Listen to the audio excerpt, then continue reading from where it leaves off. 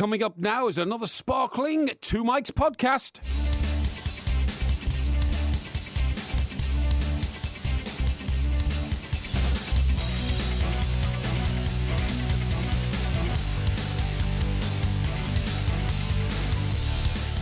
This is Talk Sports Extra Time. I'm Mike Graham. Thanks very much indeed to Andy Goldstein and Jason Cundy for the Sports Bar. Andy will be back, of course, tonight at 7 o'clock. That noise you hear in the background is the arrival of Mike Porky Parry. What on earth are you doing? Why are you blowing your nose at this time? No, I'm sorry, Surely you should blow your nose before the show starts. I did. You don't just walk in and start blowing your nose behind the microphone. I did. But the point is, I've got hay fever. I've got a bit of hay fever. I don't know why. It's autumn. You don't have hay fever in the autumn. I don't know. I just can't explain it. But hay fever, which I thought I'd got rid of because I took the antihistamines, or whatever they're called. Antihistamines. That's it. And it seems to have come back. So please excuse me, listeners. Maybe you took the wrong antihistamine tablets. No, I didn't. Would you like to take some personal time away and I'll just talk amongst myself for a while? Nobody wants to hear you blowing your nose. I'm not blowing my nose. I'm trying to ingest myself with some sort of chemical. Your eyes have gone all funny as well. They have, yeah. I'm sorry about that. But it's one of those things. Very unusual, this, because you usually only get hay fever in the summer.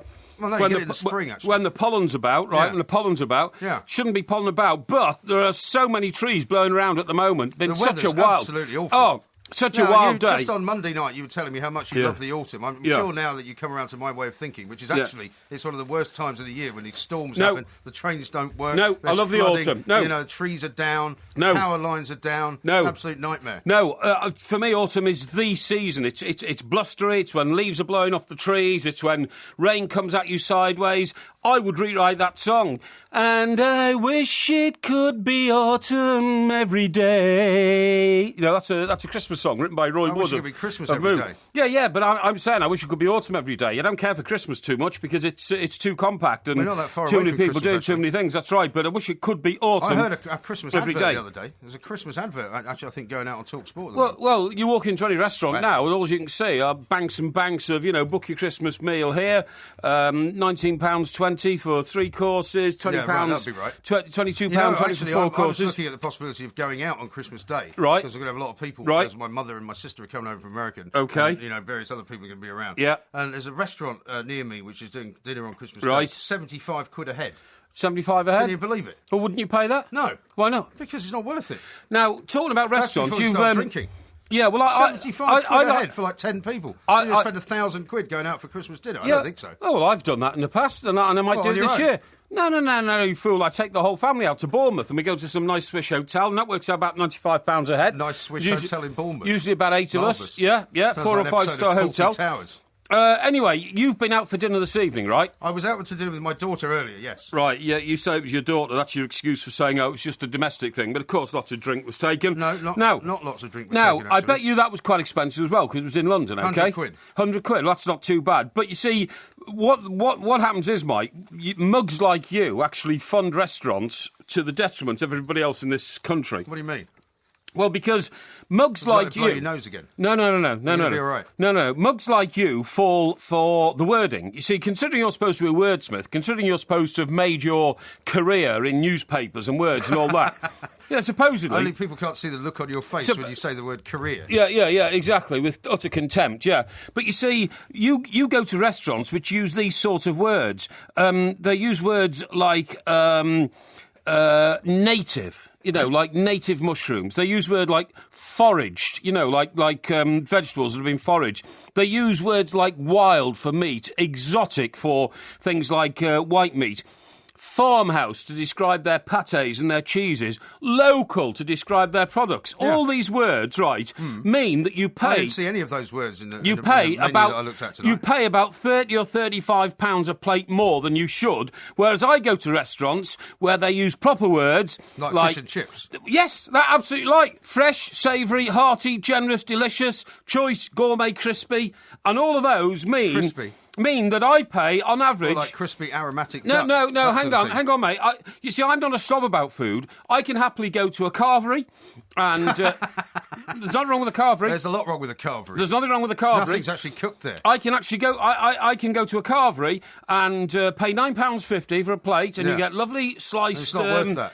You get lovely sliced. What am I talking about here? Turkey. No idea. Turkey. That's right. Or battery turkey. No. You get sliced turkey, or you can have sliced pork, or you can have sliced beef, or you can have sliced lamb, and then you can put as many vegetables on it as you want. Yeah, they've all been boiled for hours, right? No. Well, I don't mind boiled vegetables at all. Because you have no taste at all. And the reason that you go to these places is because you have absolutely no level of kind of quality in terms of the food. No, I do. You eat tinned kippers. You eat fish fingers. You eat chips. You eat Chinese takeaways. Hang on. You're just trying to defend yourself. And what I'm saying is this. I studied the menus in some of these carveries I go to. Did you study the menu of the place I went to last night? Well, I studied the menu of the sort of places you go to. Sort of places. Here, let me tell you. Like a menu typically for the place you go to would say something like this. Ravioli of lobster, langoustini, salmon poached... Hang on. Langoustini? Langoustini. Wasn't he a dictator in Italy? Salmon poached in a light biscuit with ossietra caviar and sorrid velatuque. Okay? Sounds nice. Pan-fried sea scallops from the Isle of Skye. Yeah. They'd say from the Isle of Skye, well, in fact, they probably come from the beach next door, with heritage apples, walnuts, celery and cider emulsion, Cornish turbo, baked on the bone with seaweed, palurade, clams, seabed, wild chervil and charred spring cabbage. That's the sort of menu. Sounds good. That's the sort of menu, right? What restaurant did you nick that from? Well, I'll tell you something. Where'd you get that from? I wouldn't even... I'm not telling you. You didn't make it up, I'm not telling you, no. You put a lot of work into this. No, it's a restaurant I have used. Why didn't you... you've been there, have you? Oh, yes, I've been there, yeah. Right. And what did you have when you were there? Well, I can't remember, but I mean, to me, that's did you all... have the langoustini? No, it's all garbage. You see, that to me... Now, the other thing I can tell you is... In that restaurant, there were a total of 14 dishes available to eat. Now, if you go to the old carvery, where you can have the carvery, or you can have some set dishes, 42 different choices of what you can have, and this is the sort of stuff that they have. So for you, quantity is more important, is that what you're saying? No. I like basic foods. So they say signature fish and chips, and describe it like this. A large, sustainably sourced cod fillet in parsley-infused batter. Where's it sourced from? In parsley-infused batter. Where's it sourced from? Served with crisped, seasoned fries, tartar sauce, and a choice of buttered or mushy peas, or a chicken fajita wrap. Sliced fajita? I like those. Sliced char-grilled chicken breast, fried peppers and onions with fresh, chunky tomato salsa, or simply chicken. Tasty flame-grilled chicken, served with fluffy jacket potatoes and buttered peas, right? Yeah. Now, what could be nicer? Well, the difference between those two menus is that what you say is basic food. Chicken fajitas, I don't think I would regard as basic food. But when they say that they describe the food that they've got all these nice fresh vegetables, when they bring it, actually, it looks like it's actually come out the back of a van around the corner. That's the difference. No. Can I tell you this? The average price of the menu I've just read to you, the signature fish and chips, £9.99. This is in a survey. The average price of the first one, with the ravioli of lobster languinisti and all that, right? Hang on. They only have a choice of 12 dishes, and the average price of a three-course meal there, £95. Yeah. But it's only because of the words they use. It's not to do with the food. No, you don't know it's to do with the words. It's to do with the words. It's been proven many, many times before this that you have no taste in food. You haven't got much taste in anything else either. And you wouldn't even know a decent piece of food if it was given to you. The first one is a harvest restaurant, OK, I'll admit to that. And I don't mind those. I'm not a snob. I can take that. It's no problem. Well, I'm very happy for you. The second one is a pretty exclusive and well-known, upper-class restaurant in Chelsea. No, I shouldn't. No, I shouldn't really, because... Well, I haven't been to that particular restaurant. Well, I went there once, and for £100, I got food which I thought was like sawdust, because... Well, you shouldn't complain. There is a rule... Which the food probably tastes quite nice to people who like languinisti and ossietra caviar and sorrel velatuque and all that sort of stuff. But I don't. You must not even have known what you were ordering. I don't know. I don't even like it. No, but you probably didn't even know what you were asking for. Cornish turbo. That's come all the way from Cornwall. That's to London. You see, that's a long journey. It is a long journey for a fish. Yeah, it is. Yeah. How do you think it got here? Well, you swam all the way up the Thames. No, you fool. It got in a frozen lorry, didn't it? But you're trying to make out that the food in the old harvester or the old carvery is mass-produced. Well, it's obviously mass-produced for these big restaurants because it's like McDonald's. The lorry from Cornwall somewhere in Croydon and just pass it round. The lorry from Cornwall doesn't just come up to this one restaurant, bring a bit of fish in the back. A lorry's a big thing. It'll have a lot of fish in the back, delivered to a lot of restaurants. So it's all mass-produced. Whichever way you look at it, it is mass-produced. No, it has to be to keep costs down. Except that mugs like you walk into the restaurants where they have, words like scallops from the Isle of Skye, heritage apples. I know, I'm just repeating What's wrong with it. having scallops from the Isle of Skye? And cider emulsion. What's cider emulsion? Sounds like paint. Sounds like you're painting the table. It means that what they've done is they've reduced the cider sauce down so that it's actually a bit thicker than it would otherwise be. And you pay 95 quid for that. I don't go there. Whereas I would pay under a tenner. Got off on this manic. No. Well, why have you suddenly got off on this manic tangent? Because you sent a picture in tonight of the restaurant you're in. Looked very much to me like the £95 a head one. Well, it didn't. Why didn't you instead look at the Twitter address of the restaurant that I was actually at? Why should I? And then you would have found out what was on their menu and how much it actually cost. It's all about image. More real rather than actually, it's all about coming image. up with some nonsense of a place that you said you've been to. It's all about image, mate. And frankly, you give the working man a bad image, in my view. Oh, really? Well, I've never professed to be the working man. You're the man that says you're the man of the people. I'm not a working man. So what are you, some kind of genius, and you're owed a living by the world, are you, for your genius? Broadcasting genius in the studio tonight, folks. Have you had any sleep, by the way? You're acting a bit manic. You have to get the men in the white coats in. You're acting manic. Happiness, happiness, the greatest gift that I possess. I thank the Lord that I've been blessed with more than my share of happiness. I take as much responsibility as a guy like Andy Flower should take. He was the manager, he was the coach, he was the one who papered over things, he was the one who didn't investigate things, he was the one where this all falls down to. If a coach like Gary Kirsten, a Duncan Fletcher, a Graham Ford was in charge, none of this would have ever happened. Andy Flower had it in for me since the start of his career. And I've never been scared of him. And I told him to his face on numerous occasions. I said, Andy, I'm not scared of you, buddy. You coach with fear, you want everybody to be scared of you. I ain't scared of you. But why did he have it in for you? Because I wanted to get rid of him when I was coach and I was asked by the ECB what I thought the plans for English cricket would be to go forward. I was answering questions that the ECB gave to me in a document, in a private document. How does he find out stuff from private documents? I wonder. I see it in the sunshine, breathe it in the air. Happiness, happiness everywhere.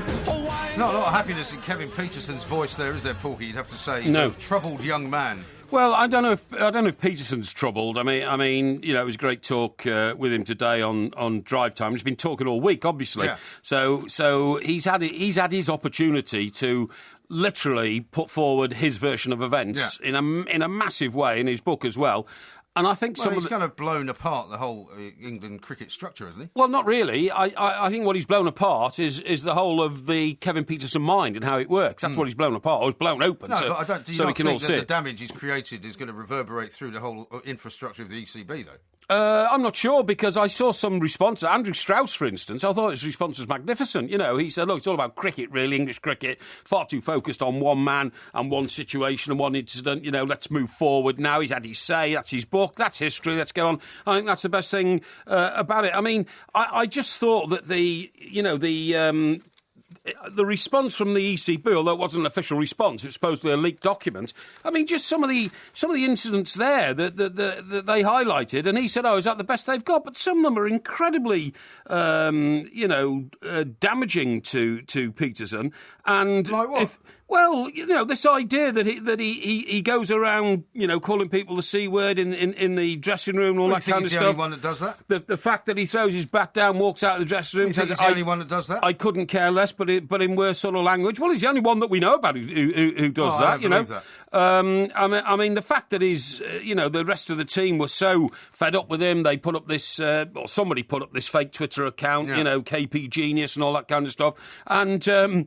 You know, when he was asked, you know, to stop Piers Morgan tweeting on his behalf, you know, with accusatory tweets, he said, "Oh, get a thicker skin." But he claims he was in tears at this, you know, this KP genius.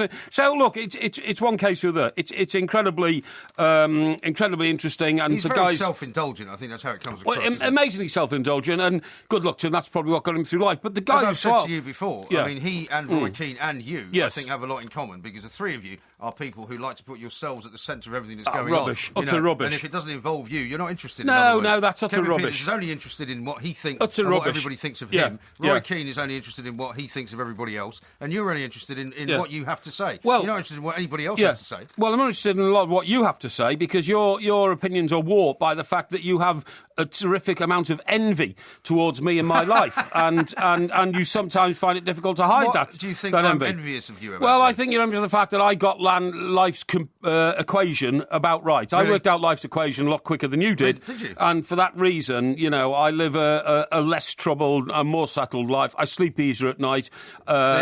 I see my path to redemption, because we're all sinners through life. My path to redemption... Here you go, with the old God-thumping stuff No. My path to redemption is clear to me. It's well laid out. You don't know where your path to redemption I don't is. need to be redeemed, your sins thanks. are so multiplous. I don't need to be Or so redeemed. multiple. So that your sins are so multiple that Multiplex is where you go to the cinema. you will never be able to wash out the stains of your guilty memory sufficiently I'm not guilty. to What's the difference between me and you? to turn your memory had white this bizarre again. childhood where people brought you up to believe that everything you did was somehow wrong and you were going to be punished for it in the next life. No, I didn't. wasn't brought up no, like that. I just have a set of standards. But anyway, we should be talking about Roy Keane, because he's actually more interesting than me.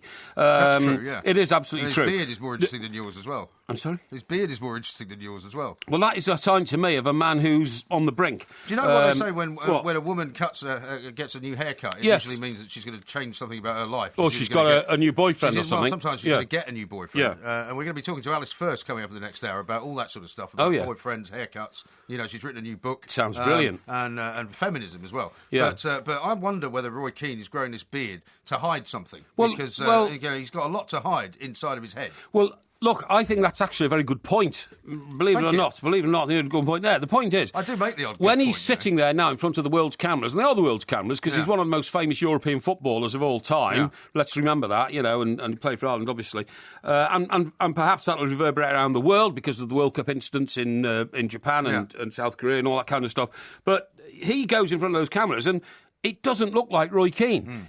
Roy Keane had a chiselled chin, if you know what I mean, for want of a better word. A very chiselled chin, high cheekbones. And very dark, piercing eyes. Which the beard kind of takes your eye away from. It certainly does. It certainly does. And also, I mean, I wonder whether he's having that beard touched up colour-wise, because it looks so perfectly... like a badger's... Yes, like a badger-esque sort of type beard and that kind of stuff. So you do wonder whether he's trying to hide something. But the point is, you've got to get inside the man's head. Now, first of all, why did he write this book? You know, it's called Second Half. It's already had a go at most of the people who didn't like. Now he's having another go. He wanted to go back at Sir Alex Ferguson, basically, because of his book. It doesn't have a huge go at him, does it? You know, I'm not frightened of Sir Alex Ferguson, full stop. And then you get stuck into other things, really, and other people. But he goes back over some of the old ground, doesn't he? And he talks about how there were several other incidents he didn't mention in the first book. Yes. And he goes on about that the horse thing as well with the Irish. Yes. Well, he says in that, and he's very specific about it. He says, almost in a kind of sinister sort of inference, he got the word from Ireland. Yeah. Who did he get the word from? To tell people at Manchester United, to tell Sir Alex Ferguson, to drop it. to lay off. Yeah. Otherwise, there's going to be a lot of trouble. Yeah, now, you're not going to win it, right? They're not going to win it. Now, that's almost mafia-esque, isn't it? It is a bit, without accusing anybody of being involved in the mafia, because I'm not sure the mafia even operate in Ireland. But you know exactly what I'm talking about. You know, it's almost like you put the word in, we're very powerful people and we don't like being messed around. And Roy Keane is the, what's the word? The go-between. Not the go-between, no. Messenger. No, it's something that's... It's the word for something that transfers information from one area to another. What's it called? I'll think about it in a minute. Conduit? Conduit, that's a great word. He's almost the conduit for this information. But where is it going? Now, Ian Ladyman is the guy who's the Northern football correspondent, the Daily Mail, and just reading his take on the book before the book was actually published, because the book was published today. Yeah. Published in Ireland, in the middle of Ireland's preparations for a game against Gibraltar. It's only Gibraltar they're playing. Well, I know it's only Gibraltar, but I mean, you could say it was only England-San Marino, you know, a game that should never have been played, like Ireland-Gibraltar, a game that should never have been played. Complete waste of time, by the way. Complete waste of time. We'll talk about that in a minute. But anyway, look. Ian Ladyman says of Roy Keane, relentless and unforgiving, like the football of him when he was in his pomp. But beneath the noise and the cherry-picked anecdotes, Keane presents us this time with a remarkably complex portrait of a man for whom the closure of his playing career left him troubled, physically, vulnerable, and most interestingly of all, very scared, right? So how does he make this assumption, though? Well, because A, he knows Roy Keane, and B, he's read the book. He got an advance copy of the book. Yeah. But then he takes a chapter from the book, and I think this is absolutely fascinating, because nobody's read the book completely yet, because it hasn't been out. But this is in the book. This is written by Roy Keane. My midlife crisis has been going on for years. Now, Ian Ladyman then says, for many, midlife crises manifest themselves in sports cars, jewellery, a younger girlfriend. But for Keane, though life after football, particularly after management at Sunderland and Ipswich, has presented real challenges, those of us... excuse me. What's he doing now? Hang on. It's presented real challenges, and challenges not only to his mind but to his ailing body, because he'll need a hip replacement soon. There's an inescapable feeling his playing career ended the wrong way, and this has had a devastating effect on him. Very possibly. So I think this is... I just think that, honestly, what we need is we need the TalkSport psychologist to sit down with Roy Keane for an hour and just try and get inside the man's head. It would be utterly fascinating. He's a bit busy at the moment, though, isn't he, the TalkSport psychologist? Well, you know, with the... He's got a long queue outside. He's got to deal with people like you. I'm not surprised. This is TalkSport Extra Time. We are the two mics. Coming up, we're going to talk to Simon Johnson, who was at Wembley last night.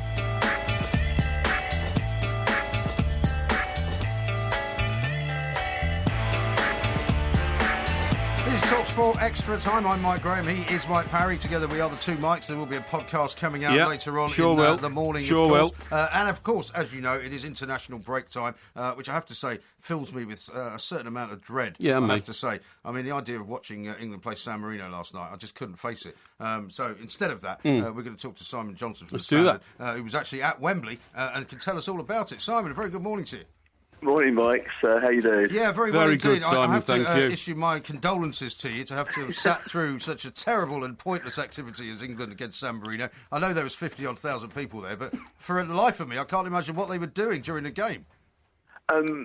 Talking to themselves, by the sounds of it. It was the kind of atmosphere that you'd normally sort of hear at a cricket match, like just sort of a hubbub. There was no real excitement at all, and to be honest, I wish I brought a copy of Kevin Peterson's book with me, because I think that would have killed the time. I mean, look, you know, you have some sympathy with England because, you know, they're on a hiding from nothing against teams like this, but I have to say I wasn't that impressed with the way England played. They sort of made hard work of it. First two goals came from set pieces. It was one of those where you knew England were going to win all along, and there's very little to be gained from it in terms of sort of really seeing how good England are. The thing is, Simon, though, and I've been to plenty of games like that, and I've been to friendlies at Wembley, and the friendlies have the same sort of atmosphere. When there's not that cutting edge, I think good players find it difficult to play against poor teams because they're not too sure whether they should be trying 120% or actually don't need to, and don't want to put themselves at risk because they've got to go back to their clubs after, you know, the weekend game.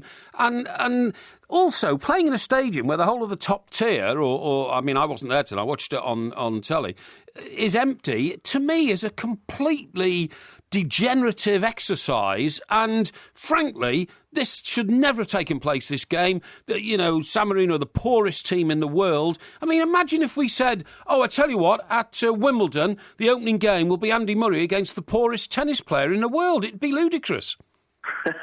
Yeah, you're probably right. And I think that's why once this contract runs out that the FA have at Wembley in a few years' time, that it's probably a good thing that games they're considering taking games on the road again. I think that's a great idea. I don't think it'll ever happen. Well, it definitely will then if you don't think it'll No, and I tell you what, Simon, I don't think the NFL contract will happen.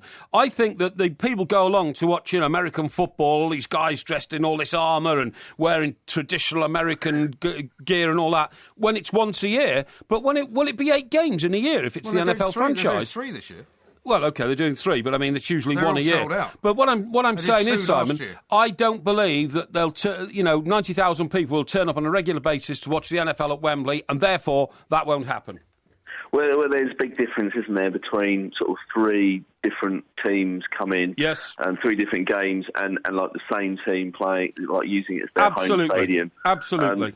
And of course, it attracts fans from all sort of NFL teams, and it's kind of like their sort of experience of watching NFL football. So, like, if it's actually a specific team, I'm not sure you'll attract 90,000. Of course you won't. I think. Yeah, Jacksonville Jaguars, I think, is the team. But on the other hand, Simon, I mean, games like this, and we've all said now for many months that since the Switzerland game was won, there really isn't an interesting England game in this group now until the finals. So, I mean, if they get 50,000 for San Marino, I mean, who knows what they get for Lithuania, for Estonia, and all the rest of it. I mean, it's just, I can only describe it as nothing much to look forward to. Well, it's almost like the Champions League group stage. It's kind of like, like having one of the top clubs, and then they're drawing against all these sort of little teams, and you just know that it's like the Europa League, isn't it? Yeah, it is. It's more like Europa League. It's much worse than the start of the Champions League, because at least in the Champions League, you have a sense of it being a great competition. There's no sense of this being a great competition at all. It's a complete waste of time. Platini should be, hauled over the coals for introducing such a ridiculous system, and San Marino should be banned from international football along with Gibraltar, Luxembourg and everybody else. Well, they should sort of be entered in some form. I was actually bumped into the Noose on the way into Wembley. Bad luck. And he was talking about how he talked earlier on Talk Sport about the idea of having some kind of them in a qualifying tournament whilst the World Cup or Euros are on. And I think that's quite a good idea. Some sort of Intertoto Cup, if you remember what that was like for the Europa League. Yeah, that was awful as well, wasn't it? Yeah, it was shocking. It was, but you can have those teams playing against each Everton other. used to play in that quite a bit, didn't they? No. No, I never played it. No, Simon, I, funnily enough, we floated that idea a few years ago on TalkSport. What you do is you get the San Marinos of this world, and you get the Luxembourgs and all this kind of stuff, and Gibraltar, and they play their own knockout tournament in the summer prior to the qualifiers, and then only 2 of them get through. But that shortens the qualifying period to a year instead of 2 years. I mean, but the other thing is, Simon, this. Look, if England, lazily got through a 5-0 victory tonight, no problem, against the poorest team in the world, how can we possibly say it was any kind of a victory when we know that down in the southern hemisphere, on a regular basis, New Zealand beat Fiji 22-0, and they beat the Samoa Islands 23-0, didn't they? Oh, I wish I'd seen it. That would. And New Zealand are one of the poorest teams in the world, and yet they're beaten. Well, they occasionally qualify for the World Cup, though, don't they? Well, very occasionally. I mean, I just don't. It's a complete farce, Simon. And I endorse what my broadcasting colleague Mike has said here. It must have been painful. It must have been like extracting teeth, sitting there and trying to raise your enthusiasm for a proper football match. Well, yeah, and the depressing thing is, like I was saying, is that we know that England's going to qualify, and it's actually the friendlies, funnily enough, which are going to provide the interest in playing Scotland next month. I mean, that's going to be fantastic. That is going to be fantastic, because I was going to say, I mean, it's quite difficult, really, but not so much for you guys who are at the game, but for the headline writers. I mean, looking at the back pages this morning, record breaker Rooney is the best American come up with. Penalty fires him to the top of England's goal-scoring greats, because apparently now he's scored 30 competitive goals. And then sensational on the back of the Sun. Maybe not, it says, but bring on Estonia. And it's almost like, they're trying to even convince themselves that it's about to be exciting. Well, we all know we've got a tough job of keeping the fans' interest in England's qualifying, and like I said, I think the Scotland game will get people talking. Not just because it's an old rivalry, but because obviously a few political issues that have taken place in the last few weeks. I'm sure it's going to be quite lively up there. But it's just you just sort of think, I wish I had like the old function that you have on your digital box where you can fast forward And we could sort of fast forward this group stage and just get to the Euros, and then probably you need a time machine. England. Seeing England inevitably get found out as they usually do and get knocked out early, and then we'll be all having that post-mortem once again like we do every 2 years. That's right. And Simon, let me tell you something else as well. These sort of games are dangerous to the health of the people who go to the match because they drive you to drink, literally drive you to drink. Now, I've been there corporately a couple of times to games like this. Yeah, they don't let you back now, No, hang on. And to be perfectly honest, the thought of having to go out and watch England versus San Marino means you drink heavily. You drink more to anaesthetise yourself before the game. At half-time, you can't wait to get back to the table where there'll be another free bottle of wine and get that stuck down here. And then you don't want to leave and go out into the cold again to see another 45 minutes of England versus San Marino. So you overstay your time at your table, drink a bit more and all this kind of stuff. This is the description of every game you go to, No, it's not. No, it's not. And what I'm saying is it can literally be a health hazard to people who are in those sort of areas, and there are a lot of areas like that at Wembley. I'm quite jealous because unfortunately I can't do that. Well, actually, let me ask you a serious question on that front, Simon. That is a serious point. It's not a serious point. It is a serious point. Just because you're some kind of dipso that has to get drunk every time you go to see a football match. I'm not a dipso. It's the honestly the temptation to sort of not have to go back because you're not watching Ronaldo. You're watching some guy who's an accountant from San Marino pretending to be a footballer. Well, what I was going to ask you, Simon, before my colleague interrupted, was, there is a serious point here about the size of the crowd, because I think whatever the FA decides to do in 2017, once the contract is up, will depend on how many people are going to these games. But a lot of people who have already paid up front, I suppose, to be part of Club Wembley, or who want to get qualification for different games, they're kind of locked into having to go to these games, aren't they? Yeah, it was a 10-year season ticket that people sign up for back in 2007. And I'm not sure whether they've had that much value for money given the quality of games that have been thrown on there, particularly from the national team. Of course, it includes cup finals as well. But yeah, you just sort of think that there's not much to lure an England fan to England games at the moment. There's not. I mean, yeah. There's some the odd sort of flash maybe, but Rooney isn't the player he was 10 years ago, which got us all excited. Right. And he showed that last night. I thought given that this was San Marino, he should have walked off with a match ball, having got a hat trick, but sort of found the San Marino goalkeeper sort of in his way, which he should be beaten in his sleep. Right. It's just you just sort of think why would you as an England fan go and watch them at the moment? Are they any better than they were sort of 5 years ago? No. Are they any better from the World Cup? No.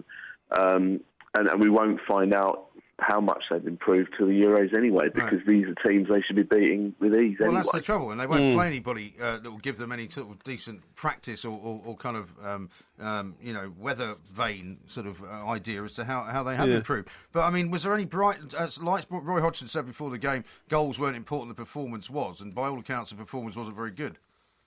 No, I thought it was quite mediocre. Yes, they sort of they scored 2 goals before half time, but again, like I said, they were from set pieces, and basically England then benefited, as you'd expect, from San Marino getting tired and added another 3. I suppose Jack Wilshere looked quite good, I suppose, with some of his passing, but again, it's against San Marino. I mean, it's not really, I want to see him do it against Italy, or, where was this at the World Cup? That was sort of, we didn't see any of his negative passing there. So you're absolutely right. Simon, let me just let you know what some of your colleagues in Fleet Street are saying about it. I mean, the Mirror perhaps is the most stinging. Martin Lipton, the headline on his story, his match report of the game: easy win, but so tough to watch. Job done, but as a contest, it was a terrible advert for international football. And then just flip a page back to Oliver Holt, one of the most respected columnists in Fleet Street.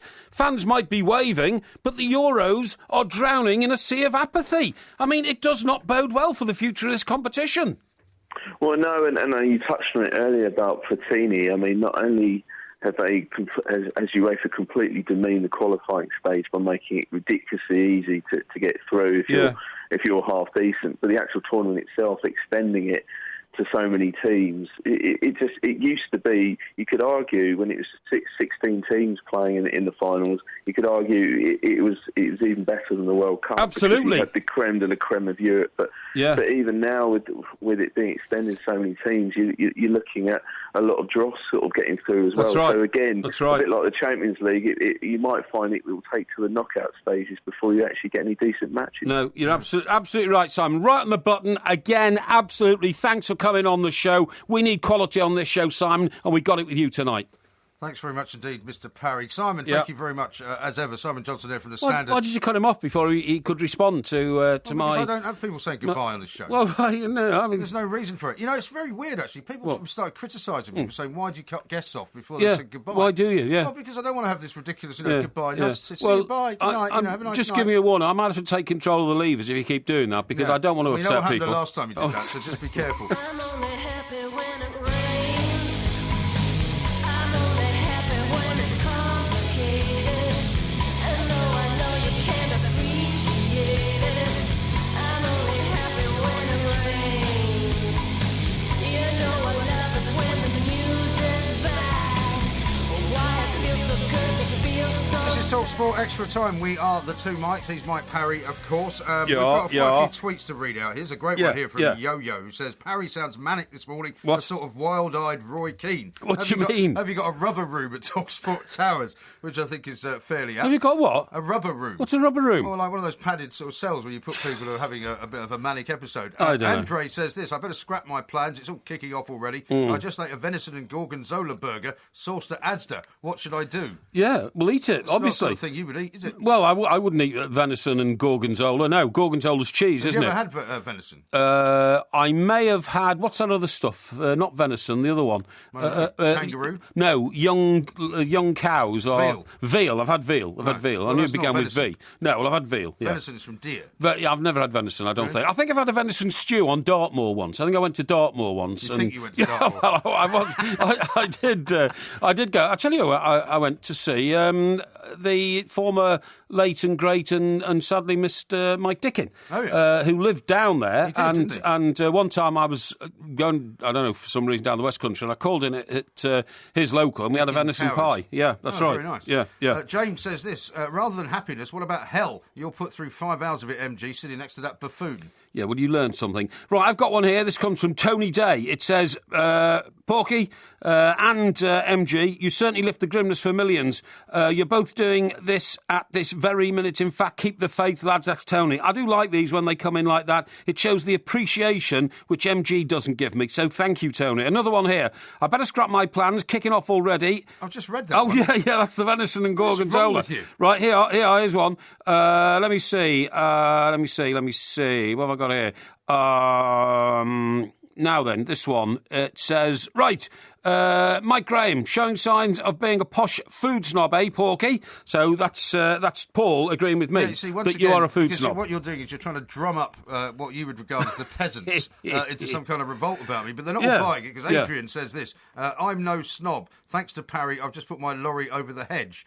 Because everybody knows you're the one that's actually the snob around here. You're the one that always wants to travel first class. You're the one that wants to talk about your penthouse flat. You're the one that's got Mrs. Mop, the cleaner, who's your personal slave. You're the one that's got 2 different residences which you don't need. I'm the man of the people. I'm the man who can get down to basics and mix it with the kids being the normal man of the people. I mean, I don't go around taking photographs of £100 bottles of champagne and boasting that I buy these on a regular basis and put them on Twitter. But you do. The people who follow me are interested in what I do. But you do. The reason that you don't take pictures of the stuff that you get up to is that it's so dark and horrible that nobody would want to actually look at it, because nobody knows what you get up to when you're not in here. What do you mean? Because you don't send out pictures of your ordinary life. My life involves going out to restaurants, it involves taking people out for a drink, and I take pictures loads of it because people like to see that. Loads of people have asked me, and I must put out a Twitter and put their minds at rest about what's happened to my ducks, because I haven't actually been tweeting out a lot about the ducks lately. Nobody's ever seen a picture of them. They have. I've put out loads of pictures of the ducks. But the point is, I'm still looking after the ducks. I'm still with the Duck Conservancy. Why don't you send a picture out in the morning, right? When you go and feed the ducks, I want to see a picture. Well, actually, tomorrow morning, Mike, I won't be getting back till about 7 because I'm doing the overnight show with you. And I may not go straight to the duck pond so the tomorrow. ducks will just have to lump it, will they? No, I'm part of a duck conservancy. We have a rotation, we have a rota to make sure the ducks are fed and all this kind of stuff. When's your day for feeding the Well, next? I don't know. I haven't got it with me. I don't carry my duck rota around with me, do I? You don't carry a duck rota No, around? I don't carry Why my not? duck rota around because it's not necessary. Surely But that's an important just part to of let your way of life. Just to let everybody know that everything's going extremely well with the ducks, and I will be recommunicating with the ducks soon. Another one here. This comes from Talk Crick. Who's Talk Crick? I think it's something to do with cricket, actually. I think it is. Yeah, and it says, surely the FSB... Who's the FSB? The FSB? Yeah. I don't know.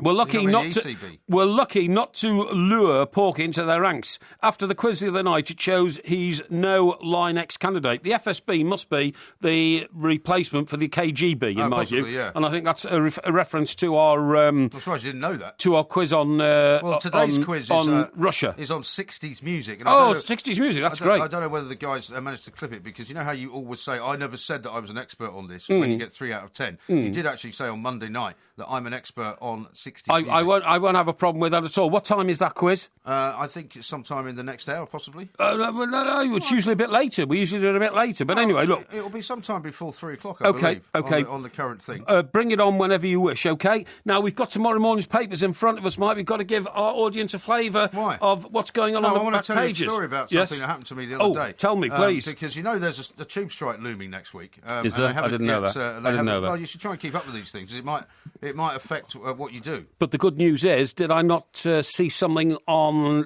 Televisionio tonight about On what? driverless tube trains coming in? Yeah, coming in 2022, though. That's quite a long way off, unfortunately. So You won't be around by then. You've got to wait a long time. You for won't that. last that long. I'm telling you. 2022. You won't last that long, That's man. only 8 years. You won't last that long. You'll be 74 by then. Oh, rubbish. what a load of rubbish, eh? What a Anyway, rubbish. look, no, I'm here's the hovering. thing. I'm hovering around the mid-50 mark. That's all. Yeah, right. Hovering is the word. But you know how these guys at London Transport, Yes. or Transport for London as it's now known, are all talking about how badly done by they are, and how they're all about looking after the customer. And They that's get why, paid very well. That's why they want to go on strike. And I mean, even though they say they've postponed it for next week, they're still kind of talking. There will be one, I'm sure. I was on the bus the other morning. This is why I'm a man of the people. I don't swan around in some Mercedes, splashing. I go on people as buses. I go by. You do not go on buses.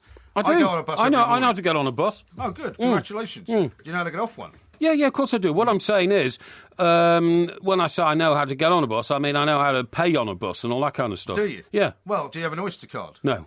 Well, then you can't use a bus in London. Yes, you can. Well, I'll tell you a story about that. Go on, then. Because I Go was on. on the bus the other morning, Yeah. and by bizarre coincidence, it was very dark and wet and black. It was horrible. And I was reading some stuff on my phone. I was doing some stuff on Twitter, and I suddenly thought, oh, it's my stop. And I Yeah. jumped up and got off. And it turned out it wasn't my stop. Where'd you get the bus to? Well, I take a tube to Canada Water. Oh, I And see. then I get a bus from there home. Right. I could walk it, but it was pouring. So, I just thought I'd jump How on long the would the bus. walk take?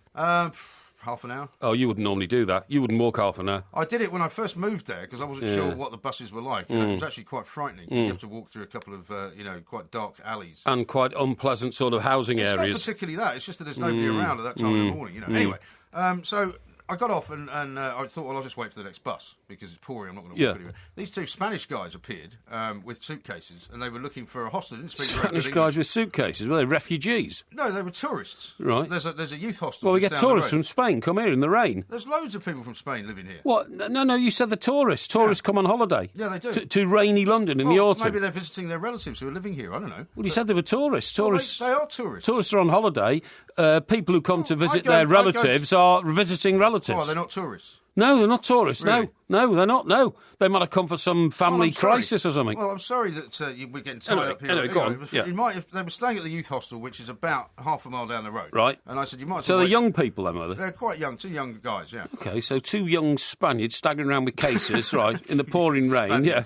And yeah, well, and I said, Where's well, the you- story going? Well- I mean, they didn't have a straw donkey under their arm, did they? Just to indicate that No. we are No, Spaniola. one of them was tilting at a windmill nearby. No, but they said, how far is it? Because they thought it was the other way. I said, no, well, the best thing is get on a bus. It's 381 bus. It comes here. It's the one I've just got off. Do they speak okay English? I think they were wondering why I just got off a bus and was still there That's standing right, there yeah. waiting for the next one. Yeah, because you got off at the wrong stop. One of them. What an idiot. One of them. What a spoke, complete idiot. One of them spoke quite good English. Yeah. And anyway, so we get on it. The bus comes. We get on it. Yeah. You got back on it with Yeah, them? I got back on it. Yeah.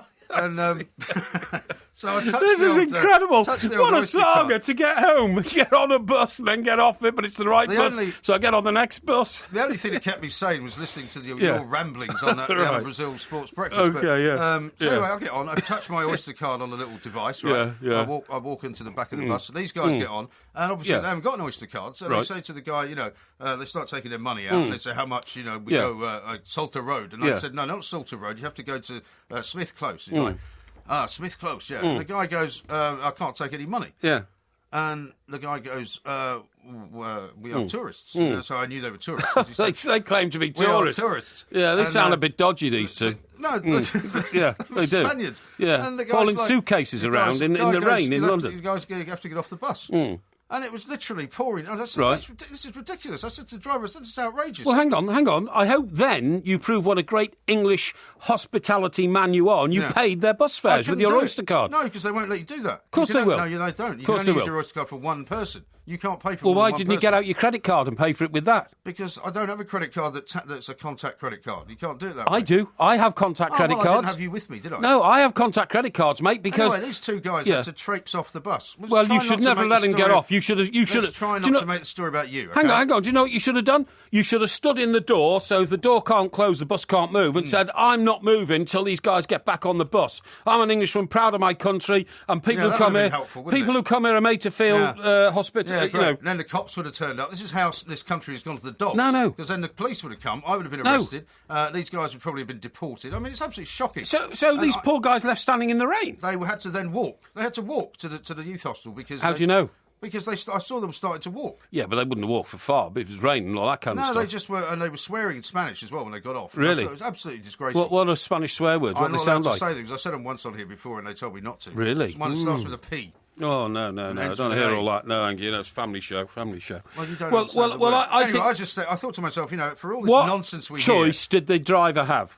Well, he should have just let them on the bus. Because they said, can we not just get on the bus without paying? And then for free? Yeah. I agree with He you. should have just let them on. I agree with you. That That's would what he have should have been done. the English thing to do. Yeah. Definitely. And instead, he Yeah. threw them off the bus. I mean, what sort of message is that? You to see, people I visiting this country? agree with that. Shocking. There's a bit of the old "I'm in charge of this bus" type attitude there, isn't there? And that's totally Because, unnecessary. I mean, you can tell. I've seen bus drivers do it before where Yeah. somebody gets on and their Oyster cards run That's out. right. And some of them will just go, look, don't worry, mate, on you go. Yeah, that's right. Others will kick them off. How full was the bus? It wasn't full at It wasn't all. full, so there was a seat for them. Well, they could have stood there. Yeah, I with their agree with you suitcases. there. I'm with you on that one. In fact, if anybody knows the identity of the bus driver concerned, Well, of course nobody knows the identity well, of the bus driver concerned. you might, because he might be Maybe a the particularly... Spanish guys are listening. No. So He improve might, their English. No, he might be a particularly bitter bus driver. I think you know, he is. He's got a grudge against Britain. Oh, yeah. no, he's got a grudge against Spain, maybe. Yeah, grudge against the knows? Spaniards. Yeah, maybe Yeah. maybe his father fought in the Spanish Civil War or something.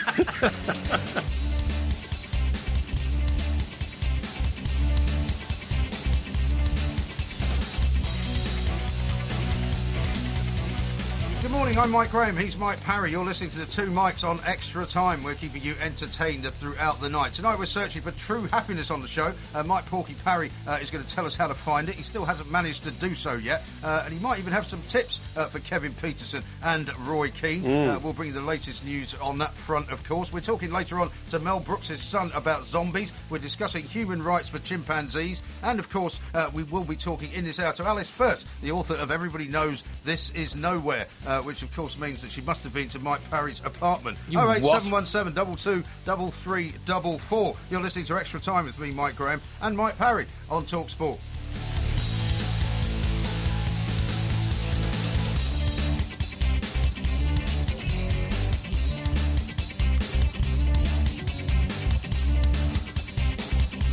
This is Talk Sports Extra Time. We are the Two Mics. There will be a podcast available coming out a little bit later on this morning, of course. We haven't amazingly had anybody getting in touch to identify the bus driver mentioned in that story earlier on. But I have got this from Alan in Streatham. He says, tell that pillock Porky the tube strike has officially been called off. They saw the video of driverless trains and did a quick U-turn. Graham again reading history. Well, hang on, Graham, reading history. You get your recent modern history right, pal, before you start calling me that word begins with P. me, which I won't repeat on a family show. It was actually old MG who told me there was a strike coming up, and I said, "Is there?" Because I questioned didn't it. know. No, because I didn't think there was. There is a I didn't strike think there coming was. Well, this guy who's just, using the foul language there will and be a sending strike. messages says there's not going to be a They've strike. postponed this strike, but there will be another strike. Trust me, these guys are not going to go away quietly. They will have another strike sometime in the next month. Trust me. Okay. For those who have just tuned in, the search is on for the miserable bus driver. He drives, what number is the bus? 381. 381. It goes round near Canada Water, okay, in Docklands. Comes from Peckham, actually. Comes from originally. Peckham. If you know who he is, the miserable individual, 2 Spanish tourists carrying cases in the rain. How do you know they were tourists? Because you told me they were tourists, You didn't never you? believe anything else I tell you. No, I questioned it and said, "Are you sure they weren't visiting relatives?" Anyway, they got on the bus. They wanted to get out the rain and get down to another stop, which MJ directed them to. The driver threw them off because they didn't have the right. What card was Well, they it? didn't have an Oyster card. Didn't have an Oyster card. They had money, but he wouldn't take the money. I mean, yeah, Mike. This is It's a ludicrous it's a idea. wider story here. How many millions of tourists do we have in London on an annual basis? Well, I mean, most tourists... And if they all I get would- onto a bus and haven't got an Oyster card Yeah. and get thrown off, that's a damn national disgrace. It is a disgrace. It is. And the same on the Tube network. And what they're going to presumably force them to do is because you have to buy one of these things, which Yeah. costs about £4 or £5. Yeah. And then you just top it up as you go. Right. But, I mean, you then have to leave the country with an Oyster card. But they don't know about the technology of doing all that. It's a damn It's disgrace. a bit like when they brought the congestion charge in first. Yeah. The first time I came down from Scotland and I was driving, and I knew there was a congestion charge, but Yeah. there was no... I didn't know what you were supposed to do about it. There was no sign that No, said, so you didn't here's what pay. you have to do. Well, it's actually funnier than that. What happened was I was in a company car, funnily enough, and I was staying at a hotel on Park Lane. Yeah. And so I thought, well, I'll drive in such a way, because in those days the congestion charge only started at Hyde Park Corner. Right. So coming down Park Lane, you were still outside of it. Yeah, right? sure. But it was right next to the Hilton, this hotel I was staying. It's called the Metropolitan, Right. where the Met Bar is, a very trendy bar in Right. those days. I don't know if you've Right. ever been there. You may not have been. Well, maybe. It means nothing to you, does it? the No, Met Bar? maybe, but I probably wouldn't have paid if somebody took me there. Anyway, so Yeah. I parked the car in the bus lane and went across to the hotel. And I said, look, that's my car. I said, but I haven't paid a congestion charge, so I don't know where your car park is, but can you put it somewhere like that's not in a congestion charge?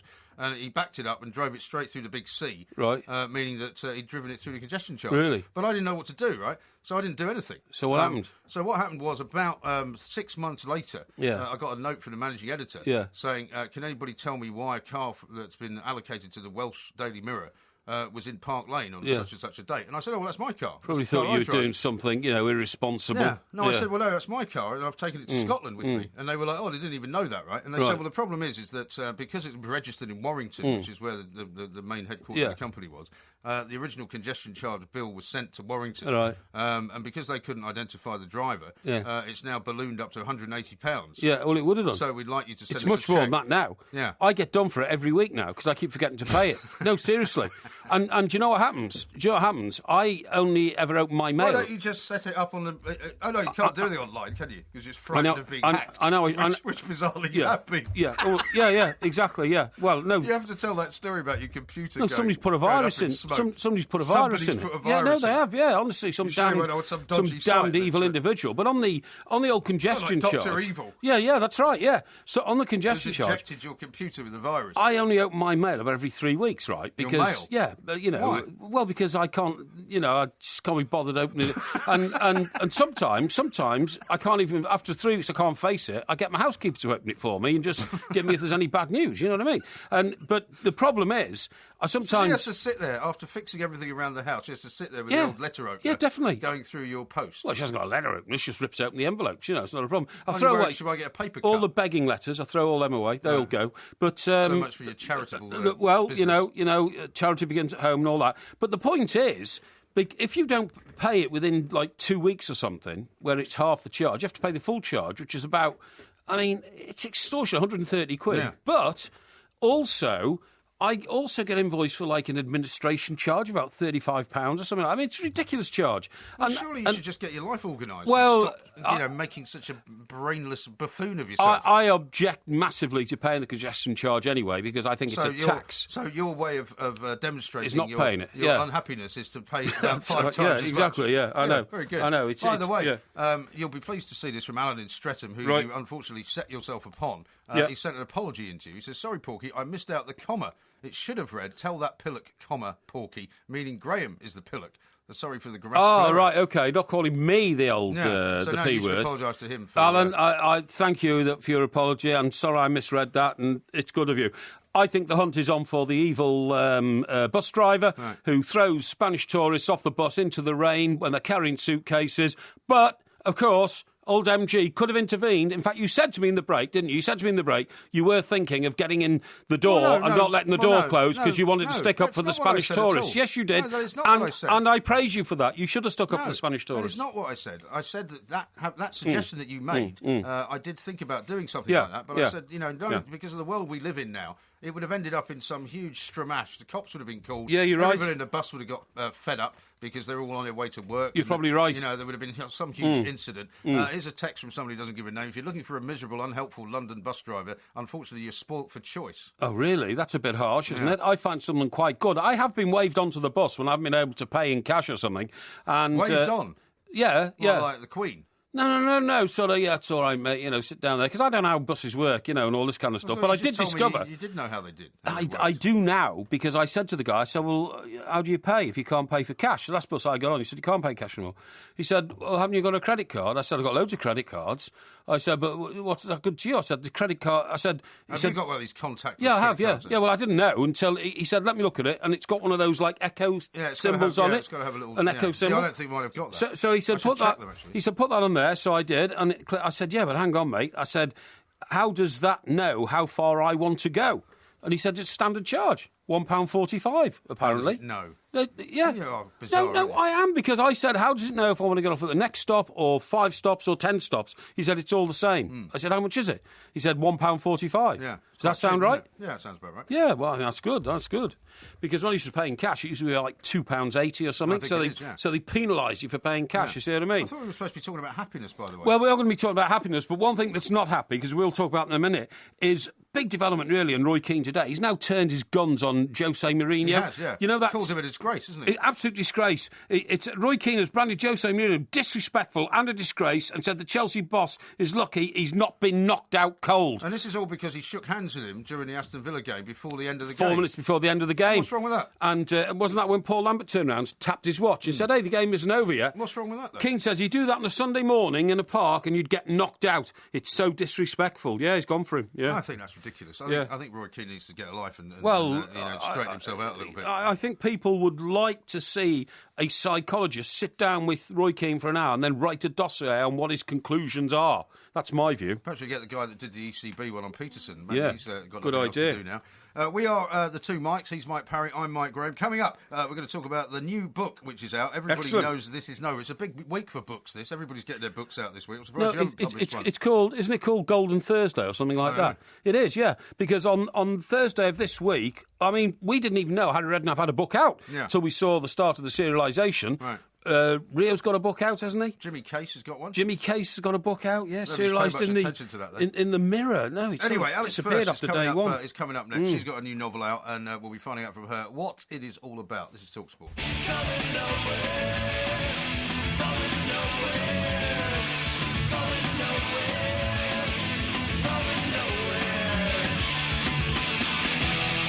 This is TalkSport Extra Time. We are the two Mikes. He's Mike Parry, I'm Mike Graham. This is not a song describing your career, by the way. Going Nowhere is the name of that.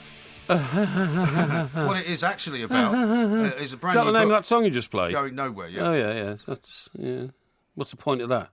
Well, you'll find out in a minute. Oh, yeah, well, I want to know. Well, look to your right and you will see a young woman by the name of Alice. Alice First, she's written a book called Everybody Knows This Is Nowhere. Right. And on the front of the book, and I think I'm right in saying, Alice, it's your first novel, isn't it? Yes, it is. It is. Welcome to the show, by the way. Hi. It says, ever felt your life didn't match you at all, as if you'd picked up the wrong one by accident? Yeah. Now, you're a man that's always in pursuit of happiness. You're a man that's always interested in what we call the social interaction of the male and the female personage. Yeah. So I thought Alice would be the perfect guest to describe to you what life is now like living and working in London as a young woman trying to make her way in the world. Excellent. I mean, I wouldn't insult you by saying it's kind of Bridget Jones-esque, but just so that people can get a kind of flavour of what it's like. It's basically a kind of a story of a young woman who comes to London to try and make her fortune, really, and discovers that it was not all that, really. Well, I wrote it after I graduated, and it's based very much on my own experience. And basically, I graduated and I got quite a good degree, and I actually found myself being quite disappointed with the kind of jobs that were on offer, and it kind of came out of that frustration of and the kind of money not really as well feeling to that's get on anywhere. offer as well. Because I mean, my daughter's going through the same Yeah. thing at the moment. You know, and the amount of money that people are offering to do jobs that you should be quite well qualified for is incredibly bad, isn't it? Yeah. What did you graduate in then, Alice? So I did English and writing. Did you? So I thought it was quite a Excellent. wide open degree, and there'd Okay. be quite a few jobs open. Okay. But I ended up Similar to working. yourself, Porky. Well, tell me we're of a what- different generation, but I understand exactly where you're coming from. Just to explain to you, Alice, that as a best-selling writer of books myself, okay, I can talk to you on that level, that plane. Sure. Old Mike Graham here has never written anything worth reading in his life. That's not true. Certainly never got close to writing a book or anything like that. I've written several books, I've told you before. Yeah, but you've never had one published. I've never had them Never had a published, book no. published. You've got a book published. Congratulations. It's a big Thanks. step for you. How did you find your publisher? Well, he found me. So Excellent. I went down the self-publishing route. Oh, right. I put it out there in January, and I just thought it'd be a good side project and Great. a bit of fun. And I did the cover myself, and I put a Yeah. lot of work into PRing it and all that kind of Okay, stuff. excellent. Now, I've got this book here in front of me. Everybody knows this is Nowhere. Is that the title, or is Yeah. it Nowhere? No, that's the Right, title. everybody That's knows the this is title. Nowhere. That's why it's on the front of the book. Yeah, I know, but The sometimes... title's usually on the front of the Yes, book. yes, I know, but Nowhere's in big, bold, pink letters, and the other bit, everybody knows this is in small letters, so I didn't know what was the actual thrust of the title. Oh, I see. Right, But with your everybody- musical knowledge, you might know Yes. where that comes from. where does He it come hasn't got from? any musical Where's it knowledge. come from? Where's it come? Tell me. Tell I'm me. not going to tell you. Yeah, why I not? want Alice to tell you. Oh, let's go on, tell me. It's Neil Young. It's a Neil famous Young, okay. song, Well, yeah. you see, it's my generation. Crosby, Stills, Nash and Young, Yeah. okay. Marrakesh 60s Express, music. Marrakesh Express, and all that. Yeah. Now, please just explain to me the plot. So the plot is about a young woman trying to make her way in the capital against all the odds. Does she succeed in the end? Well, that'd be you can't telling, give wouldn't away it? the ending. Sorry? I can't give away the Sorry? ending. So your first question is, why don't you tell us how it ends so Well, that no. nobody else to read it? All right. Well, what? Tell me about some of the travails that she has to I'll tell you get what, past. I was perusing the book. Excuse me, I'm asking her a question. Well, 'cause so I- don't interrupt. well, you're Don't being- interrupt. you're not being Some specific of the enough. travails, please, Alice, about what the young lady has to get over. Well, so it's a difficult one to sort of sum up in a one sentence, but I think basically what I found was that I don't know if you'd really call it discrimination, but I ended up working in an office as a receptionist for a while, and I just felt like because I'm a woman, had been relegated into that role. Because, Sexism? Well, possibly because there was a guy who had Possible graduated sexism. at exactly the same time as me, Right. and he actually had a worse grade of degree, but yet he was an account manager, and I was answering phones. And to me, that felt really frustrating, and it felt quite unfair, and it got me thinking about how these Yeah. thing are kind of endemic in society, about how we talk about Really? women. And Well, you're lucky yeah, that, I do that think so. Porky wasn't working in the same office, because one of his favourite things was to ask receptionists out. Because No, that's because, it's you know, total no, nonsense. because, no, that's not nonsense. Because one of the things that is his kind of raison d'etre in life is to go out with women who one make less money than him and who he thinks are not as intelligent as him. So he would have become a bit of a cropper with you, because you're actually working as a receptionist. And you're not really receptionist material, without being disrespectful to receptionists. He's saying You know you're what I mean? superior to receptionism. Yeah? Receptionism. Yeah, well, that's I don't a think word that's for a it. word. And clearly you're very intelligent, Alice, so I hope this book is going to be an absolutely roaring success. Now, when does it actually go on sale? It's actually on sale today, so I'm seeing in publication day with you guys. And when is the... So along with Roy Keane, Kevin Peterson, Yeah. Jimmy Case, Harry Redknapp, That's right. Alice First. You see? Alice first, you Yeah. shouldn't have a problem at all. Now, isn't there a launch party coming up? Yeah. When's that? Next Tuesday. Next Tuesday, and Yeah. Are you thank gonna be ve- there? Oh, definitely going to be there. Thank you very much for the invitation. She'll go along to that, and hope that it goes roaring up the Sunday Times bestseller list. Now, does the name Caitlin Moran mean anything to you? I know of Caitlin Moran, yeah. And she's had similar success.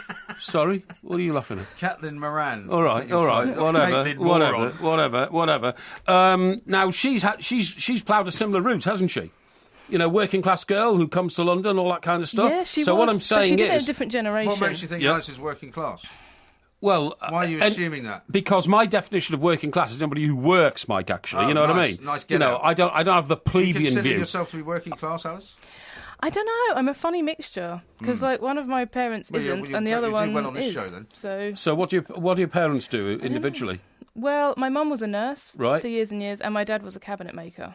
So does that make me working class? Well, I don't know. Anybody who works, in my view, is working class. You know, even if you work and earn loads of money, you're still working class. That's now, rubbish. the reason I mentioned Caitlin Moran Mm-hmm. is because, of course, she had a similar sort of ambition, and she made it. So what I'm saying is you are ploughing a route which can ultimately be successful. Very competitive route, though, as well, isn't it? I guess so, yeah, but she's famous for writing a book that was about feminism, and it did it was very successful Yes. because it kind of, it allowed people to let go of certain preconceptions that they had about it. So she just literally said, look, feminism isn't about burning bras, it's not about being militant, it's not about lesbianism, it's about the idea that men and women are equal. And what's that's the... it. You what's don't really what- believe that, And do that you? was quite a revolutionary You don't thing really to say. believe that. It doesn't matter what I believe. Yeah, it What- does. what is the main message you're trying to sort of, broadcast from your book? Well, I would say that it doesn't have a message as such. I think when you're writing stuff, the aim is really to ask questions about life, and almost in the posing of them, you allow the reader to think about things All right. rather than trying to pummel home something. Well, that- look at this note on the front of your book. Ever felt your life didn't match you at all, as if you'd picked up the wrong one by accident? Yeah. Now, what is wrong with your life then? Come on, reveal something to us which perhaps... Well, it's not so much now, but it was that I felt I was in this life that didn't match me, in the sense that I felt I shouldn't be being a receptionist, and I ended up living with this guy who, you'd never say he was sexist, but he had no aspirations for me other than that I would have babies and stop working. One of And the biggest complaints you get from, or I used to get from a lady, different generation to you, was you never ask me what I do. You know what I mean? It was that kind of, you meet in a nightclub and all that kind of stuff. You tell her you're a big shot journalist and all that kind of stuff. And after about 3 hours, she said, you haven't asked me what I do. And that was a popular misconception in those days. You see what I mean? Well, Is that's that the just sort of because thing? How do you you're mean? No, because that's because you're only interested in yourself. No, You not don't at all. ask what anybody else No, is interested Alice, do you in. understand what I'm talking about there?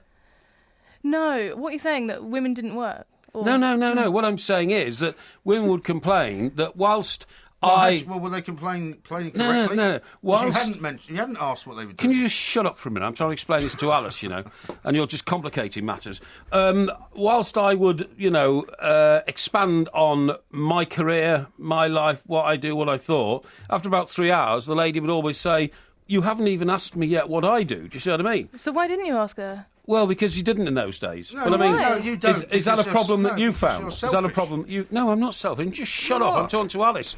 Have you found that problem? I think the problem's moved on, in the sense that I'm not sure there are many people. There are some, but I don't think there's many people who would say, I don't think that men and women are equal. Mm-hmm. So there was a guy recently he was on the Letterman show, Aziz Ansari. He's like actor, comedian guy, and he was saying What's there's his very name? few people. Aziz Ansari. Oh, right, okay. And As is Ansari. I'm sorry. Yeah. And he was saying there's very few people who would go to a Beyonce concert, and Beyonce and Jay-Z, and say she should earn 23% less than him, and why is she singing and dancing and not cooking for him? Do you know what I mean? So there's Harry, very few Harry, people that's who a would very do that old-fashioned blatantly. view. Harry, Yes, you're it one is of those very people, though. old-fashioned. Oh, don't be ridiculous. one of those Don't people. be utterly Yeah. ridiculous. You're mad. I would never say that at all. No, Never. and very few people would. But I think there's still things that are endemic in our culture about telling Hang on. women how to look Yeah, and how but to you've be. said in the past, right? You've said in the Yeah. past that if you were ever married to somebody, Yes. which is one of the reasons you never get married, is that you would expect the woman to stay at home and look after the house I've for never you. said that. Yes, you have. I never said that at all. Absolutely have. I haven't, because I never got close to getting married, and I never said that. I would actually feel, quite... So you'd be happy for a woman in your life to Yeah. make more money than you and to Well, make not sure- more. No, not more. Oh, No, so you no, wouldn't? no, I wouldn't like So that. why no. not more? Well, because I do feel that I should have the last say in the style of our combined lives. Why? Because I think I'm more important than, if you see what I mean, than, You see, No. I'm afraid you're giving yourself away. No, here I'm again. not giving myself you away. You are an old-fashioned sexist. Look, hang on. If I married a brain surgeon, right, then Not I... much chance of that. Unless you wanted to use you as a patient. Oh, really? Oh, really? That's hilarious, that is. That's really funny. If I married... You're a lab rat. If I married a brain surgeon, then you'd have utter respect, and I would simply say... My career comes second, because you do such a valuable job for life and all that kind of stuff, and you've got to get on. Now, if I married, say, Kelly Brook, right, who earns a lot You love more... Kelly Brook, don't you? Oh, He does. And wonderful lady. She's currently single, Yeah, I think. yeah, I think she currently After is, that, yeah. So that bloke from the Gladiators left her. Yeah, that's right. Now, she earns a lot more than me, but I feel that I would have the ability to give her guidance in life, if you see what I mean. Okay. Because I've seen more of life and know the way that people can mess you around and all that Which kind of one of stuff. those scenarios? So do you think, excuse which one me. of those scenarios do you think is the least likely? Excuse me. I'm trying to finish this off with Alice, and you keep sticking Calm your down. snouting. So, and you're about to agree with me, Alice, weren't you? Well, what I was going to say was that's a very specific example. So it's not the case that like women are going to overtake the world and tell you what to do. It's not really about that. no, That's that. the biggest fear. I know that. We just have to look in the light for a minute because we have to stop this for a second. Oh, yeah? But we'll carry it on in a moment. Alice Right. First is with us. Mike Porky Parrish trying to pretend he's not a sexist. This could get very, very funny indeed. We are the two Mikes. My lawyers are watching. Everybody seems to wonder what it's like down here. I gotta get away from the state of day running around. Everybody knows this is nowhere. Everybody knows.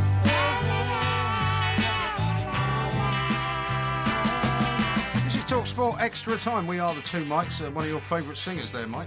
Who's that? Neil Young. Neil Young, not one of my favourites. I actually liked what the band was in. Crosby, Stills, Nash and Young, one of the greatest records of all time. Come and join me on the Marrakesh Express. Do you want to join me on the Marrakesh It's not, Express? do you want to join me? Well, what is it then? Are we going to go on? Do you know we're riding? Do on you the know we're Marrakesh riding Express? on the Marrakesh Express? And that's when it was all free love, Alice. It was before your time, That was okay? all about, it was all, hey It's man. all about smoking hashish. It That was song. all, hey man, free love for everybody. Okay, now getting back to your book. We're with Alice First, we should say. I'm sorry. Everybody knows who we're talking about. Well, go on he's got then. a new book out called Everybody Knows This Is Nowhere. Fascinating what you were saying before, Mr. Parry, because I think you probably put the nail on the head, really, for Alice, about the way that some men treat women. Well, some men, but not me. You know, that was a long time ago. It was a different world. Now, Alice, what's interesting here is there's a traffic warden as a character in your book. Yeah. Is this real or imaginary? How do you mean imaginary? It's not. I mean, did you live with a traffic warden? I lived with a traffic warden. You yeah. did? That's what I meant to say. Okay, Yeah. okay. And what was that? What was that like? Look, I don't have anything against traffic wardens. Well, this is what I'm saying. I mean, Yeah. I mean, Most people do, believe it or not. I know, but in a way it was kind of ironic because obviously it's the most hated profession, but he's the most loved character in the book because he's like the main love interest. So But you're not still with him, though, the traffic warden. no. And why did that break up? Well, He you'll went find into out. excess Oh, fare. I see. Okay, There's a okay. joke It's in there the book. somewhere about excess fare. But I tell you what, one of the Hmm. pieces of the book that I liked and that I read was this fight that you had with him, where you basically realised that there was nothing going on in the relationship. You got to the point where he was just sitting there and kind of appeared not to have any ambition to do anything, didn't Well, we really both want to were, do yeah. anything. And you kind of get into this thing, which I think a lot of people do in relationships, where you end up actually having kind of not really a violent fight, but a fight that involves a bit of violence and only momentarily. But then somebody storms out, and Yeah. you're left sort of sitting. Sometimes you're either the one walking away, which he was, or you're the one sitting there thinking, "Goodness me, what's going on here?" But you refer to him in the book as the traffic warden a lot. Yeah. Now, isn't that a bit contemptuous? You know, the traffic warden. It's like, you know, the peasant, or you know what I mean? Well, I think I was going along the lines of thinking about how we define people by what they do, and kind of what we were talking about before the break goes into that because you were saying about how you'd feel differently if you'd married a brain surgeon as opposed to if you married someone else. Sure. But traffic wardens, 'cause I'm fascinated by traffic wardens. Are you? Well, because actually it's a very lowly paid job, isn't it? Reasonably, but he was paid more than I was. Oh, well, by a really? long way, I see. yeah. Okay. But you are the target for an immense amount of grief and Yeah. abuse from the general public in a way that not many jobs are. Yeah. How does that affect the character of a traffic warden? Well, he said he just got used to it and that he had to put up with it. And then did he bring that home? Did he bring that hurt and that resentment and that bitterness home? Do you know what? He actually didn't. No? He actually didn't. He was really kind of cool about it, which I found a little disconcerting because I'd find it very hard to be Abused? got at all day. Yeah, abused. Yeah, I it's would as hard well, enough yeah. on the end of a reception phone, to be honest. But yeah, having people shouting at you that you're hunting in packs and things just because there's two of you. Yeah, but I mean, they don't get as much these days because they do a lot with cameras now, don't they? You know, take Yeah. pictures of things and all that kind of stuff. They don't actually have to hand somebody a parking ticket, which the No. person then screws up in front of them and stuffs back into their mouth. You know what I mean? But the I mean, thing is, his point of view was that he was trying to keep the traffic moving Yeah. and to like help people to get where they wanted to go. It wasn't a matter of going around giving out tickets for well, the It's sake very of it. unusual for a traffic warden to think like that, isn't it? Yeah, I mean, where I live, what traffic wardens do is they walk up and down streets which have got hardly any cars in them, but book the cars that are parked in parking bays whose ticket is expired by 2 minutes. You know, it's But do not, they actually, though? I do. I see them doing it. And it's not actually keeping the traffic moving. Keeping traffic moving, very important job, particularly in a metropolis like London. I take it this is based in London, yeah? No, it's based near Brighton. Oh, near Brighton. Yeah. Oh, that's not far. What? Hove, actually. It's not Hove, it's Burgess Hill. Hove, You heard of actually? Hove, actually. Hove, actually? Yeah, it's Hove. Isn't it called... Is it Love, actually, you're thinking of? No, isn't it? Do you live in Brighton? No, Hove, actually, because it's more posh. That's where, like, Paul McCartney's got his place that looks out onto the sea and all that kind of stuff, isn't it? Well, he has now, because he gave it to Heather Mills, who was his second wife, along with another 25 million quid, as I recall. How about this from Bantam Bouncer, who says, didn't Porky once say women shouldn't get the same prize money as men at Wimbledon because they play less and less people watch? I never said deny that. Did you? I completely deny it. I've always said that women should get the same prize money because it's not about what they actually do at Wimbledon. It's the commercial spin-offs which are important to the game, which make the game, extremely profitable, and the women play a big part in that. So I'm all for that. Do you think women are still downtrodden, Alice, in life these days? Yeah, I think it is. I think there's... Where do you see examples of that? You. Well, I'll do a test for you. Okay, If you think of yourself as being a bit of a linguist, right? So Yes. give me some Not very describing cunning, words. Well, that's nice, isn't it? It has to lower the tone of everything. Sorry, go on. So give me some adjectives for a man's voice or the way a man speaks. Authoritative. Deep. Hang on. Excuse me. Not yours, obviously. Deep. Authoritative. Specific. No, not husky. Husky is when you smoke 40 cigarettes a day instead of using the money to spend on your children, putting food on the table, spend it on 2 packets of fags, total £17, and his children suffer. OK, those are the adjectives. What do you think and of so that? I think when it comes to the way people describe women's voices, Yeah. for example, there's loads and they're really quite derogatory. No, I don't think they are. I love Well, a there woman. are, I love a because woman's it's like- voice to be No, but I to mean be words sexy, to be deep is quite sexy as well. Deep. Hey? Sorry, what's The that? bearded What's that? lady What's you're that? talking about. No, I'm not talking about a bearded You want lady. women's voices to be... You mean like Lauren Bacall, No, deep? or Bonnie Tyler. When you hear her speak. Sure, but words like shrill and shriek and nag are all words that are only used about women's voices. I've They're never used about that. men. I've never used that to describe a woman. I'm not accusing No. you, but I'm saying that's in our culture. Yes. And that is the kind of way it is. And it's Yeah. seen as being okay to do But- that. but It's seen as women are being also- okay to tell women what to do with their bodies. and An all that kind of adjective for stuff. a woman's voice is sexy. Oh, she's got a very sexy voice. And nobody ever says that about a man's voice. Yeah, they do. Well, Of women course do. they do. No. Women can describe men's voices as sexy. I of don't course think they so. They never describe yours as that, obviously. I tell you what. I had a girlfriend once. Really? And yeah. Don't tell. No.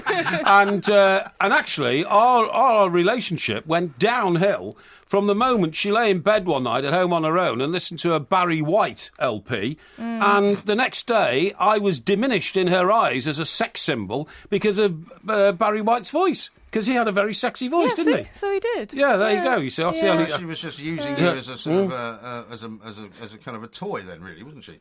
She only saw you as a sex object before. I find this story quite hard to believe. It's not hard to believe. It's not hard to believe. I mean, the fact is, I said, but he's the love walrus. You couldn't really, in those days, have described I'll me tell as a you what walrus. I find interesting, Eh? just to be serious for a moment, is that I became much more aware of the sexism in society when my daughter started to go into the business of working, Oh, basically, really? as she became older. That's interesting. You know, and you start to see things in slightly different light because suddenly you see how people are being treated or how she's being treated by people, and it's something that makes you kind of consider how you then treat other people as well. Yeah. Well, women still get paid less. I mean, that is absolutely scandalous, isn't it? That is It's whoever ridiculous. agrees with that. You mean for the same job? Yeah, No, for I the mean, same job. Yeah. Do they? I didn't know that, honestly. I really didn't. Well, I remember they had that huge problem in the councils. I mean, even in the so-called, place of the public sector where it's meant to be at least, a beacon of equality. And there was this massive problem that they discovered that women who worked in the same jobs in councils all up and down the country, some of which were Labour councils, actually were getting paid less for doing the same job. Yeah. And they had to make it right, and they had to spend massive amounts of money But that's to sort it out. You know, that's a huge organisation. You know, local authorities are massive organisations, which are. But I mean, in our profession, for instance, if you take the media, I don't think women do get paid less. Women get paid extraordinary amounts of money for being columnists on papers and that sort of thing. Yeah, but you they know. so get paid do less. men. But they get paid less than the men, though. I'm The not highest sure they paid do. journalist I'm not sure they do. Go Is on. a man.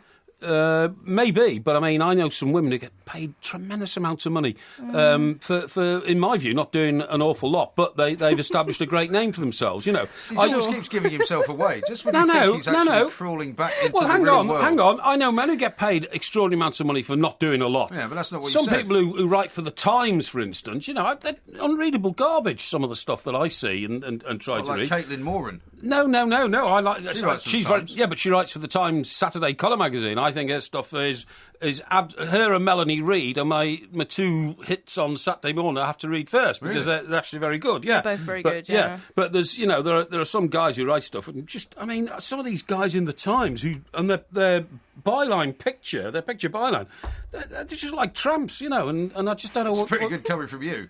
Well, I could be as debonair as I want. Are you still doing that column in the Portsmouth Bugle, by the way? No. Portsmouth News, mate. Oh, sorry, Portsmouth News. Thank you. Yeah, no.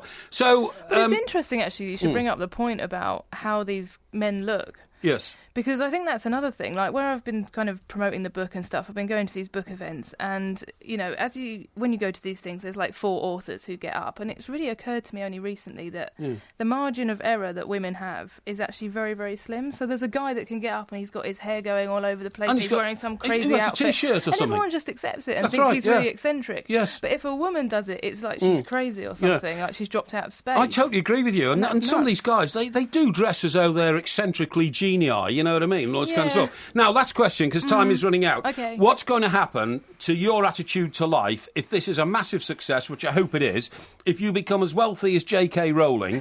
How will your attitude towards life, and men in particular, change?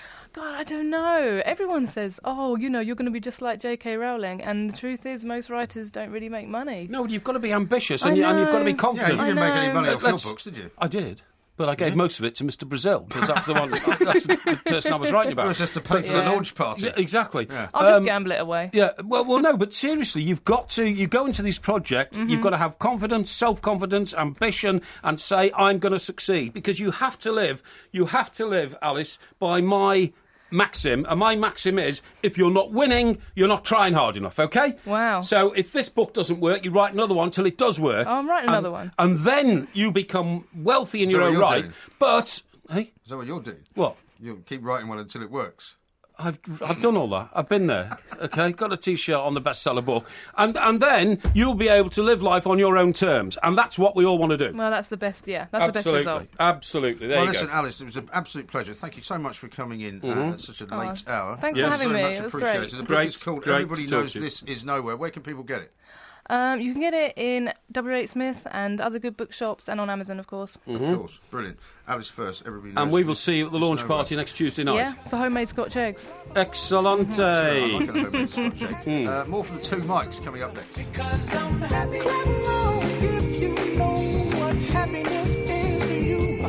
Because I'm happy. This is Talk Sport Extra Time. I'm Mike Graham. He is Mike Parry. There will be a podcast coming out. You know, I was going to give you the 60s music quiz at this particular moment in time, but Yep. because we're now, quite well into the show, you still haven't actually given us the definition of happiness and how to get there. So that's why we're still playing songs that are relative to happiness. And let me just tell you something else. As far as Marrakesh Express, Stuart in Barnsley says this. He says, Mike, tell Porky Marrakesh Express was by Crosby, Stills and Nash, not Young. So much for his musical knowledge. Why not Young? Well, he wasn't part of the band all the time. Crosby, Stills and Nash were the original band, and then occasionally Neil Young would join in, and then they were Crosby, Stills, Nash and Young. Okay, there was another great one. Yeah, I'm putting this out to our listeners now. Another great one when I was at school, and it was something about teach your children well. Yeah, Teach Your Children is and a song. they can tell. Da da da da da. What's That it? was a What's good it song. called? It's called Teach Your Children. Teach your children. Now, who sung that? That was Crosby, Stills, Nash and Young. There you go, you see. So this is all very complicated. But Well, I thought, it's not really. I thought Marrakesh Express was great. What was I? That was later, I think. I was about 12, I think, when that came out. And it opened up to me this whole idea of the freedom of youth. You get on a train and you go to Marrakesh, right? Now, I didn't realise it was all about smoking drugs and things. Well, you did know that you 'cause- couldn't actually get a train from Chester to Marrakesh. Well, I didn't know. I thought you could. I thought you can get a train from Chester to Liverpool, so why not to Marrakesh? And I would have, happily have saved up a few bob and got on the train to Marrakesh. I wasn't sure what was going to happen when you got to Marrakesh, but I thought it was great. Now, happiness, Mike, here. Yes. I'm going to ask you this, okay? This is a survey which I've come across, okay? Yeah. And it says this. These are man's best moments, right? First of all, 1, becoming a father. 2, getting married. 3, your team winning the league. 4, buying a house. 5, your own country winning gold medals or a cup. 6... Really? Yeah. 6, proposing to the woman you eventually marry. 7, graduating from university. And 8, buying your first car. Right. How many of those would you say you rate? Well, certainly having your first child Right. is brilliant. Even if you wonderful. later abandon it. Well, I've never abandoned any of my children, despite what you say. I'm not going to go over old ground again. And by referring You to have 2 one of my- families, one in America and by- one here. By referring to one of my children as it, that's already a bad move. Right? Sorry, I mean, the Actually, child. having any, Yeah. but all the 4 children that I've Yes. been, blessed enough to have, it was a wonderful experience. You know, wouldn't say your children necessarily say it was a blessing. Well, they don't know what they're feeling when they're born, but I know what I'm feeling when they're born. And when a child comes into the world, by whichever method it does, it's absolutely amazing. Yeah, Absolutely amazing. and my wedding day it really grips you, does it? My wedding day was a just very on your happy day. firstborn. I'm Yeah. sorry, but I have to reveal to the audience that about the day after your firstborn was born, I came to New York and you were going to meet me. We're going to go home and see your child. But we got diverted to a new snooker club that you'd become aware of around the corner from where you live. We went in there for about 4 hours, drunk copious remember amounts of... Oh, I do. Do you? Copious amounts because it was a snooker club, not a pool club. Well, I don't think it was New York's... I don't think it was probably weeks after. No, Emma it was wasn't. born. No, it was New York's first snooker club, right? It was about 2 days after your first child, Emma, was born. I don't think and so. we went in there all afternoon, copious amounts of drink, Yeah. came out staggering. By the time you got home, you thought you'd had twins because that's how much you'd had to drink. No, I don't recognise it. It's another I'm made-up sorry, story. I'm sorry, I didn't really want to tell that I do story remember- I do remember in case your daughter Emma is listening. No, I do But remember that is you- the case. I do remember you coming round because Yeah. you were living in London at the time, I think, weren't you? And Yes, you came I over was, and you took on a some visit. pictures, and Emma's Yeah. certainly very young in those pictures. But I don't Yes. think it was days after. It was probably a couple of weeks. No, it after was that. days. It was days. It was days, without a shadow of a doubt. Well, in any event, I mean that's Your wife in- Susan was still inconsequential. in the hospital gowns that she'd had on when No, she well, came that's not home. true. No, That's it's not true. true. No, don't tell me I'm making it up. I'm not. Well, I can tell you for a start that in America, unlike this country, they Yes. actually keep you in hospital for 3 to 5 days, depending on the delivery Well, and there how you well go. it went. So she was still in hospital 3 days Well, after I'm not sure about the that. baby was born. So it couldn't have been a couple of days. And you were going to after. say that getting married was a big day. Getting Lee. married was a very happy day for me. Yeah, It didn't last long, did it? it lasted 15 years. no, it didn't really, though, did did. it? It really Well, I was last married 15 for nearly quite, not quite, just shy of 15-year anniversary. Yeah, but I We mean, split up. the actual... The marriage vows started to sort of dissipate a little bit, didn't they? A lot sooner than 15 years. Yeah.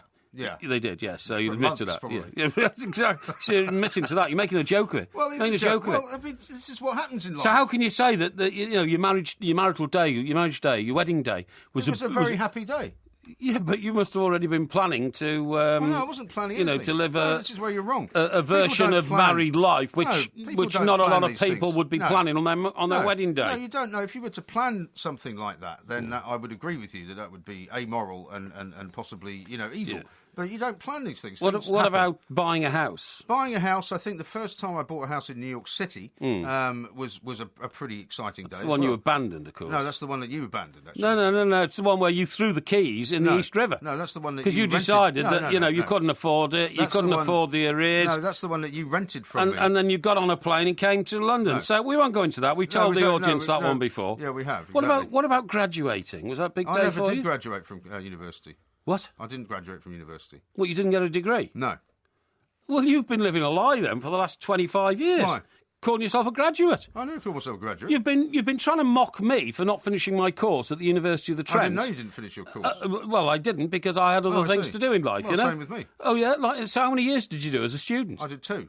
And then just copped out. Yeah, I decided I didn't want to do it anymore. What a complete waste of taxpayers' money. Why? What were you studying? Well, how come? So you did the same? No, I did it. I did it after 1 year. I decided Oh, okay. it wasn't for me, and there were other opportunities in life. I didn't waste 2 years of taxpayers' money. Oh, I see. I mean, presumably you were on a grant in those days. Yeah, I was. And what were you studying? I was studying economics and politics. Economics and politics At a proper university. At a proper university, which you couldn't stick out. So you left. When you left, you get the job on the Cobbler because you had ambitions to be a journalist, and you applied for a job Yeah. on the Cobbler, didn't you? Well, what happened? Literally, and this is not a joke, folks. He applied for a job on a magazine called the Cobbler. Yeah, No, it was Cobblers. called the Shoe and Leather News. Actually. Shoe and Leather News, but it was known as the Cobbler. I got shortlisted for the editor's job. Oh yeah, Yeah. Blimey. Thank God I didn't get it. How many No, but no, employees voice of that. No, One. what happened was I went to university, and because it was the right thing to do at the time, I spent the first year basically getting involved in the student newspaper. In a lot of universities, you would take a sabbatical year, and they would actually pay you. The student union would pay you to be the editor of the paper. Unfortunately, at Bath University, where I was at the time, they didn't do that. So for the second year, I spent most of it literally just editing the newspaper and hardly really doing anything else at all. And they said to me, if you want to, progress here, you're going to have to give up the editorship of the paper in order to spend more time on your studies. Otherwise, we're going to have to say that you're going to have to do the second year again. And I said, well, you know what? I'm not really sure I want to do that. Right. And by this stage, I'd made some contacts in the local newspaper community, Yes. and I thought I now know what I want to be. I want to be a journalist, so I'm going to go off and do that. Yeah. So that's why I left. Yeah, pity you didn't succeed. It says here, buying a car, and I'll talk to you that a bit later, because I want to talk to you about company cars and how you've I didn't actually abused them in buy the my past. own car until quite some time later in life, because when I lived in the States, I never had a car. I just rented one you when I didn't need wanted one. And when I came back to London to work for newspapers, I gave you a car. Well, you didn't give me a I car. did. No, the Express. I was gave your me a boss car. at the Express, and I gave You you were a car. not my boss at all. I certainly was. I was No, the you news weren't. editor. No, you weren't. And I took you on as a you reporter weren't. and paid you very you well. didn't. Paid you more than anybody else No, you didn't. in the newsroom, and it was almost corrupt. I did it to you as a favour. Did you as a favour? Yeah, but when I got there, you'd already left. Well, I'd sort of moved up. Yeah. No, you'd left. No, You'd I'd gone to moved live up. in my apartment in New York. No, I moved up. Anyway, so as a result of having company cars for Yes. a long time, I didn't actually buy one until I bought one for my wife, which, because she wanted, we needed two cars by that stage. A run around. Yeah, because I needed the car a lot in those days, Yeah. because obviously I was, driving around doing lots of different things. On the move. And I needed my own car. So it wasn't until I was sort of in my mid-30s that I bought my first car. Yeah, I see. So that wasn't particularly exciting, because it wasn't really a It car says, that I wanted. It says here, proposing is one of the happiest moments of a man's life. Yeah, that was good. I mean, I always remember proposing to my wife. It was at the Windows on the World in the the Twin Towers. Yeah. And funnily enough, as I've said to you before, the week that we kind of split up was the week the Twin Towers came down. That's terrible. And I had to say that was a kind of, an image that stayed with me for a long time. Let's not reflect on that. It was such a tragic event, the Twin Towers. But funny enough, I went there with Janie on her Well, the birthday. New York Welcoming Committee. That's right, the New York Welcoming Committee, and we went to the restaurant at the top of the Twin Towers. What was it called? Windows in the World. Windows on the World. The thing that troubled me about when I went there Yeah. was that they would bring. We had champagne and caviar, right, as that was kind of the thing to do Yeah, as I yeah. was proposing, and they gave you a big pot of caviar, right? Yeah. And then you kind of spooned out as much as you wanted. Yep. And then presumably they then filled it up again and gave it to the next person, and that always troubled me because they gave you such a big pot of caviar. Yeah. I guess you probably didn't sprinkle So the you caviar. never because got were a through it? cheapskate. Well, no, and I thought to myself, this caviar is so expensive, they can't possibly throw it away. Right. They must actually refill it, a bit like they do with tomato ketchup. Golly. And give it to the next customer, which I thought was a I never thought about that. You know Robert Maxwell, the fat crook as he's now known. I who- interviewed him once. Yeah, I think I got to him on his boat in New York once. No, that was me. No, I did, honestly. And it was, that was my story. Wasn't he buying the New York Daily News? Yeah, that's my story. Yeah, no, I did get to him, you you didn't. fool. I was I there was with only- Phil Finn. No, I was the only one that interviewed him for the Sunday Times. I'm not going into it. The point of my story is he used to eat 2 huge tubs of caviar a day delivered to his He used desk. to do a 'cause- lot of horrible things. Well, he was I'm of... not going to tell you about his bed. He was of East European... Czech. He was Czech, that's right, He used to be known Czechoslovakian. as the bouncing Czech, didn't he? Yeah, the East European descent, and he used to spoon this caviar into his mouth like other people would eat Angel Delight, it was described to me as. And he drank champagne, but he had to have sliced strawberries in the champagne. And Takes the acidity out of it. is that right? Yeah. And the grovellers in his company always say, "Oh, I always do that, Bob." And then they'd call for a bowl of strawberries, and they start slicing their strawberries and put them into the champagne until eventually everybody had glasses of strawberries without any champagne because he wouldn't let them have any more champagne. Right. He would just have it for himself. He was It- bonkers. ludicrous, Absolutely yeah. bonkers. Ludicrous. There's Yeah. any point to that story. The point of the story is that, you're not the only person who indulges himself in caviar. It is quite a widely accepted thing in our sort of lifestyle, okay? What do you mean our sort of lifestyle? Our sort of When was lifestyle. the last time you had caviar? I don't like caviar. Why would I eat something I don't like? I don't like eggs. I don't eat eggs, right? Well, caviar is I don't. eggs, isn't it? I don't drink Did you know champagne. that? Yes, of course I did. And I don't drink champagne, right? Because it gives me. It could kill me because it gives you a Well, all I can say in conclusion, convulsions of the heart. in convulsions of the heart. Yeah, In yeah. conclusion, that list of things that make you happy, you've done none of those things, have you? I Um, don't think there's one thing on there you've actually done. You haven't got any children. You've never got married. You've never proposed to anybody. Right. You've never. What was the other thing? Probably bought the odd car, I suppose. Well, what about buying a house? You bought loads of houses, but that doesn't give you any pleasure. Well, It's it just does, miserable, actually. really. No, isn't no, it? it does. You're not a happy person. No. It gives me a lot of pleasure buying a house. Does it? And then keeping it, then buying another house, and then keeping that and buying another house, because it means that I can achieve financial independence and look down on losers like you. From the turret of my castle. The man of the people Yeah, speaks. yeah, He likes to absolutely. look down on people because he's Absolutely. got some property. One of these days, I might... How bourgeois of you. One of these days, I might lease out to you or rent out to you a cellar in one of my houses, okay? When you're on the bones of your backside, Well, at pal. least I won't run off and say, cheerio, I'm moving now. You just have to rent it to somebody else. Don't worry about it.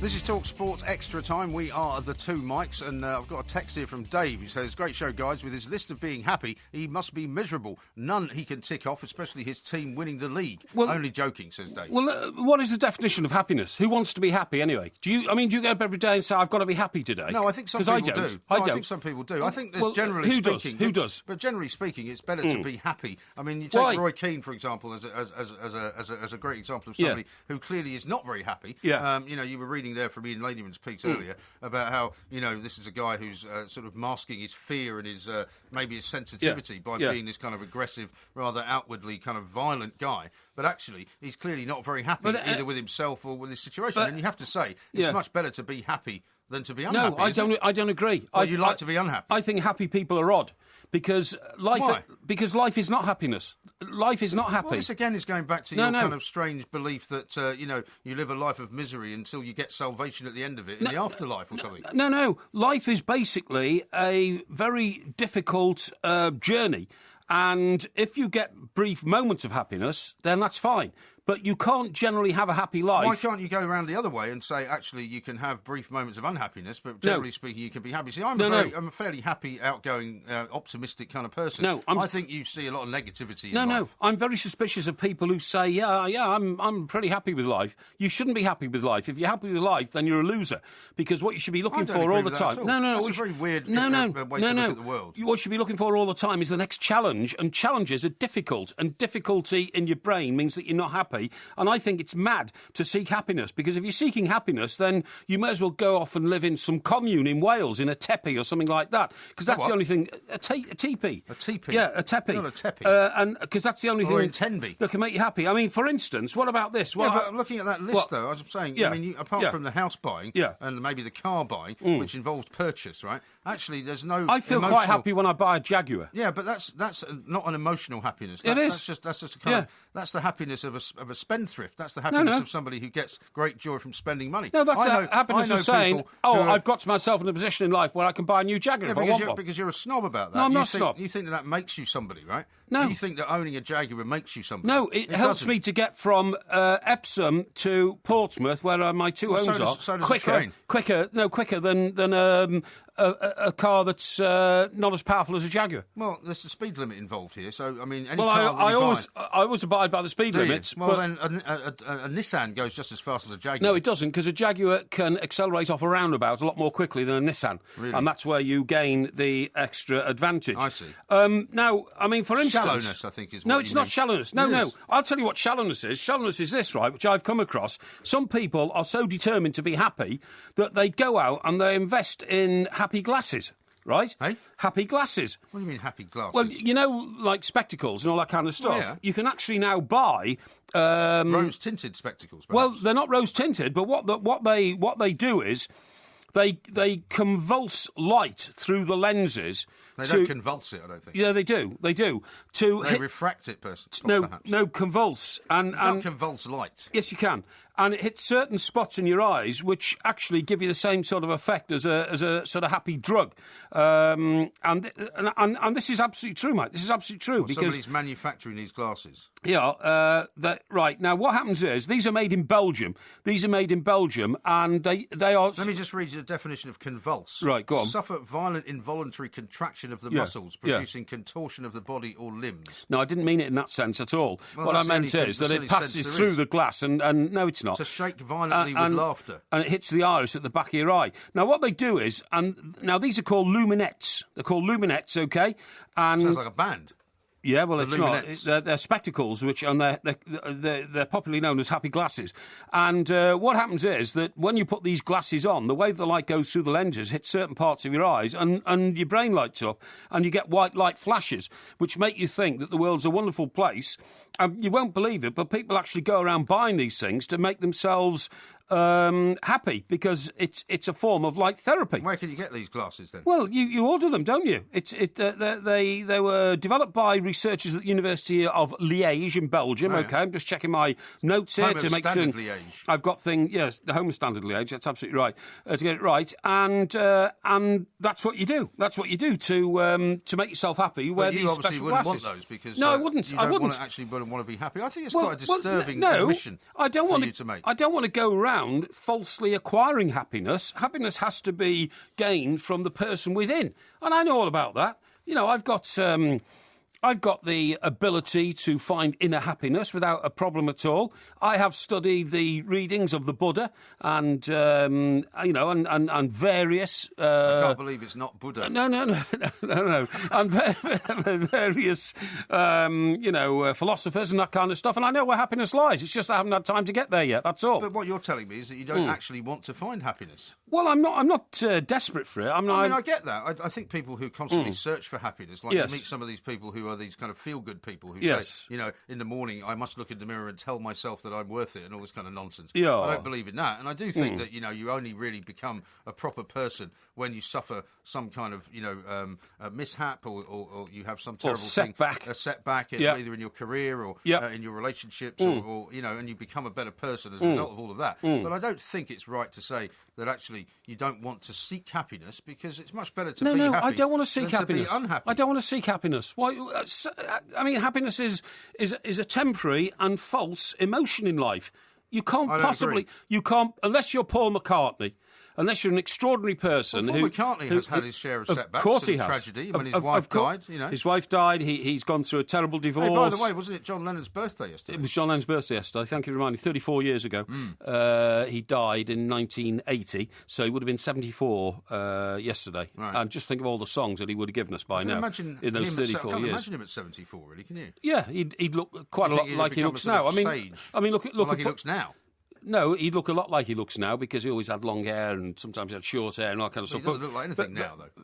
Well, of course, he's been dead 34 years. That's hasn't what I he? mean. He doesn't look like. You don't want him to look like he does now. Really. Do you have to be disrespectful to one of the Well, it's greatest, not a question of that. the It's a greatest question of accuracy. singer-songwriters of the 20th century? I mean, think about There what might be Paul. a question about him coming up in the quiz. Think about what Paul McCartney looks like now, Yeah. and think about what Paul McCartney looked like I'll when tell you Lennon what, died. I bet you John Lennon wouldn't dye his hair.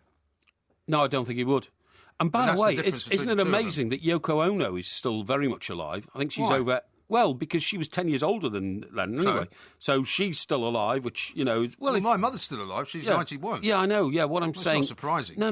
People live until that age. What I'm saying is, if you just appreciate it for a minute, is that part of the whole Lennon legend was the presence of Yoko Ono Yes. in the last quarter of his life.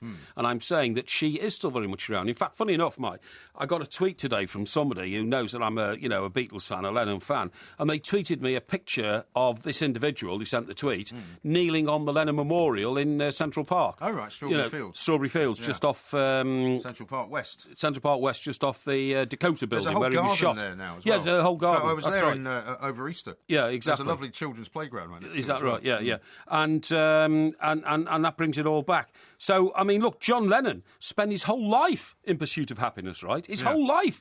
Because when he was like 21, 22, and he suddenly realised he was a genius, he then had to work out what his role in life was. And that's why so many of his songs were searching for it. He did a song on his own individual LP called Scream. And that's what it was, well, you just scream out like that. And that's because he went to screaming classes. And this was another therapy that he took up, where you go into a room and you literally roll around in a ball and you just scream for hours and hours and I knew hours. someone in New York that was doing that. Screamal therapy. Yeah. Really? Who was it? Yeah, it was a friend of somebody. It was a girlfriend of some guy that I was a friend of. Yeah. At the time, and she used to go and do that once a week as well. Screamal therapy. Yeah, it wasn't screamal therapy. It was something else. It was. That's what it was called. And he used to roll around. Another time, he decided that bagism was his scene. So he'd get into a bag and isolate himself from the world. From bananaism. Sorry? Bananaism. A lot of people were picking you up on that from the podcast on Monday night. Bananaism? Yeah, you described bananaism. Did I? Yeah. What was that? We were talking about Brazil. Oh, okay, yeah, fine, and the came Five out with- E's boat and all that kind of stuff, yeah. But no, I mean, and one thing after another, he would try and seek, I suppose it was the meaning of life. Went off to see the Maharishi in India, and that all evaporated when they realised that, maybe this guy wasn't all he was cut out to be and all that kind of stuff. It was all about the money. It might have been all about the money. And then, of course, he found Yoko Ono and felt he'd found true happiness. And true happiness for him was 2 years when he stayed at home. He didn't pick up a guitar, didn't write a note of music. He baked bread and looked after his son Julian. No, it wasn't Julian. It was Sean. Sorry, Sean was his second child, wasn't it, by Yoko Ono. And he looked after Sean in the Dakota building. He said they're the happiest 2 years of his life. Yeah. And that's when he was doing nothing. He wasn't being creative, wasn't writing songs. He wasn't getting the adulation of millions directly, although we're still buying his records, obviously. And happiness is a warm gun. Happiness is a warm gun. Never worked out what that Did you meant. not? Never worked I out always what thought that it meant. was just quite a sexual song, actually. Yeah, I suppose it was. But it was Lennon, and it was brilliant, wasn't it, eh? I mean, just imagine that. Just imagine the songs he would You're have even written in the last talking over the 34 song years. now. I know.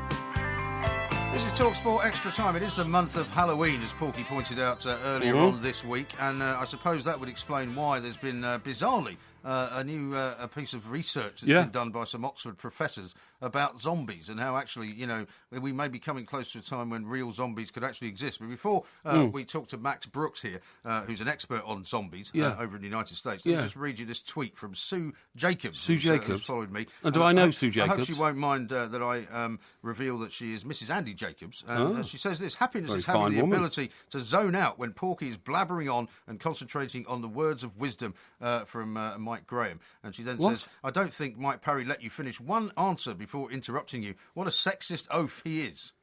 I don't believe she said that. That's what she said. What? That's what she said. I can't believe it. Happiness is having the... I've got it here. Happiness is having the ability to zone out when Porky is blabbering on and concentrating the words... She's having a laugh. She's having a laugh. She's got a great sense of humour. I don't think that's irony. I mean, Andy Jacobs got a great sense of humour, and obviously it's passed on to his wife. Thank you, Mrs. Jacobs. There's lots of other tweets here. We'll get to those in a moment. Because Right. now we want to talk to Max Brooks. Let's do that. Who's the author of World War Z and the Zombie Survival Guide. And he is actually, by coincidence, probably going to hate me for saying this, he is the son of Mel Brooks. Amazing. The world-famous director. Max, a very good morning to you. Welcome to the show. Good morning. Good to be here. Yeah, Max, thanks very much indeed for coming on. I'm just going to lay a scenario for you, Max, because you're an expert on zombies and all that, right? It's come to my attention that a bunch of Oxford academics, they're obviously from Oxford University over here, have come up with a paper, really, on how we would react if we suddenly found that zombies were real, because there's mounting evidence they might be. And their major piece of advice is that if a zombie army was coming down the road towards you, the thing you have to do is you have to run away. Because A, they move very slowly, but B, if they touch you, you become zombified, and then the whole world could become zombified. It'd be like a plague. Well, I'm glad that your fine British university upper-class education has come up with the notion of running from danger. Right. Well, that's... It's a familiar tale, well, isn't it? No. I mean, let's face it. Both our nations have fought many wars over the hundreds and thousands of years of our existence, but there's no other way you can face zombies What do you because... mean thousands of years of existence? Well, I'm talking about our country rather than America, that's only been around for hundreds of years. And what I'm saying is, Max, that is there a better way of approaching this if we were suddenly to find that in the alleyways and the cellars of our major cities, zombies were lurking and suddenly coming to the surface? What should we do? Well, I remember reading that somebody once said this. I don't know who he is. It must have been American. He said, "We shall defend our island whatever the costs may be. We shall fight on the beaches and in the landing fields. We shall fight in the hedgerows. We shall fight in France. We shall never surrender." So I think that sounds like a much better idea. Well, you can't really fight zombies, though, No, exactly. This is the point. If you fight a zombie, you might knock his arm off, or you might knock his head off, or whatever. But you then become infected. I mean, we've all seen the Michael Jackson Thriller video, where in fact Michael Jackson. You know that's not real, don't you? Of course it's not. But I'm saying it's based on what potentially could happen. Eventually, Michael Jackson becomes a zombie. I mean, how do you fight zombies, Max? That's the question. Well, you take out the head, don't you? Yeah, but what? Yeah, but supposing you get zombified just by coming into contact with them. Well, how would you tell the difference in your case? I suspect that is the risk of whenever you fight sort of any danger. I mean, I think you have one of two options. You either fight the zombies and risk death, or you give them the Sudetenland and hope they don't take over the rest of Czechoslovakia. Well, yeah, I see you're coming from you there. know what's really interesting here, Max? Our extensive research department has come up with some statistics on this, and it says here, and you're the author of the Zombie Survival Guide, so you may know this already. According to a 2013 survey, 14% of Americans believe a zombie apocalypse might happen. Nearly half the US population believe that our politicians are the closest things we have to zombies, and 30% of Americans believe reality TV stars are the closest thing to zombies. I mean, there is obviously, clearly, Mr. Parry notwithstanding here, a body of people in your country who actually really believe in zombies. There's a body of people in my country that would have voted for Sarah Palin, so that's a lot more than 13%. Yeah, well, that's a bit more worrying, isn't it, really? I think you in the UK are fine. You've always had one thing in the UK is men and women who will show the way. In the 1940s, you had Winston Churchill, and now you have Simon Pegg. So I think you'll be just fine.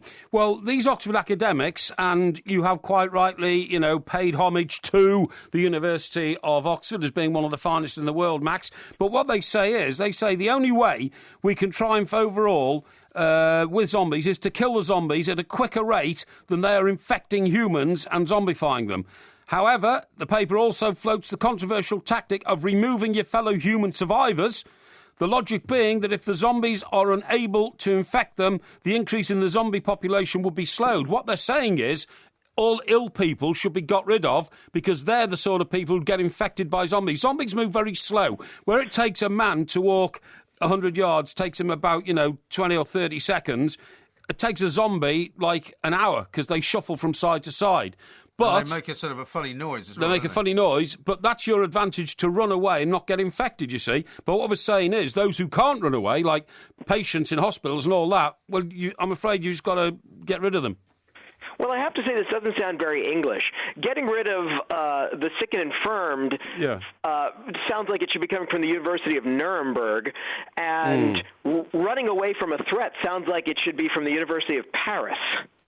Well, that's a bit harsh, isn't it? It's into the global, the geopolitical map on this one, isn't it? But you sound to me, Max, like you might be calling the French there one of your defence secretaries call them? Surrender monkeys. The cheese-eating surrender monkeys. Hey, by the way, did you see that harsh. story? I don't know if you've seen this, Max, about Kim Jong-un. He's been deposed by his sister. Well, no, they believe that he may have eaten so much cheese that he's actually broken his ankle. I don't know how that works. Yeah, well, he's not been on the scene, has he? Let's just get back to zombies for a minute, Max. Why are you so obsessed with zombies? Well, because we've got one of the world's experts on the line. I don't want to waste time talking to you about, some guy who's running North Korea or not running North Korea. The final defence, Max, against a zombie and being zombified is to find yourself an island. In this country, we've got a place called the Isle of Wight, which is just off the south coast of England. You've got Rhode Island. And I'm pretty sure the Isle of Wight's got zombies, actually. And the population must mass there because there's one thing zombies can't get across is water. Yes, and you have found an island. It's called Britain. Yeah, that's true. That's true.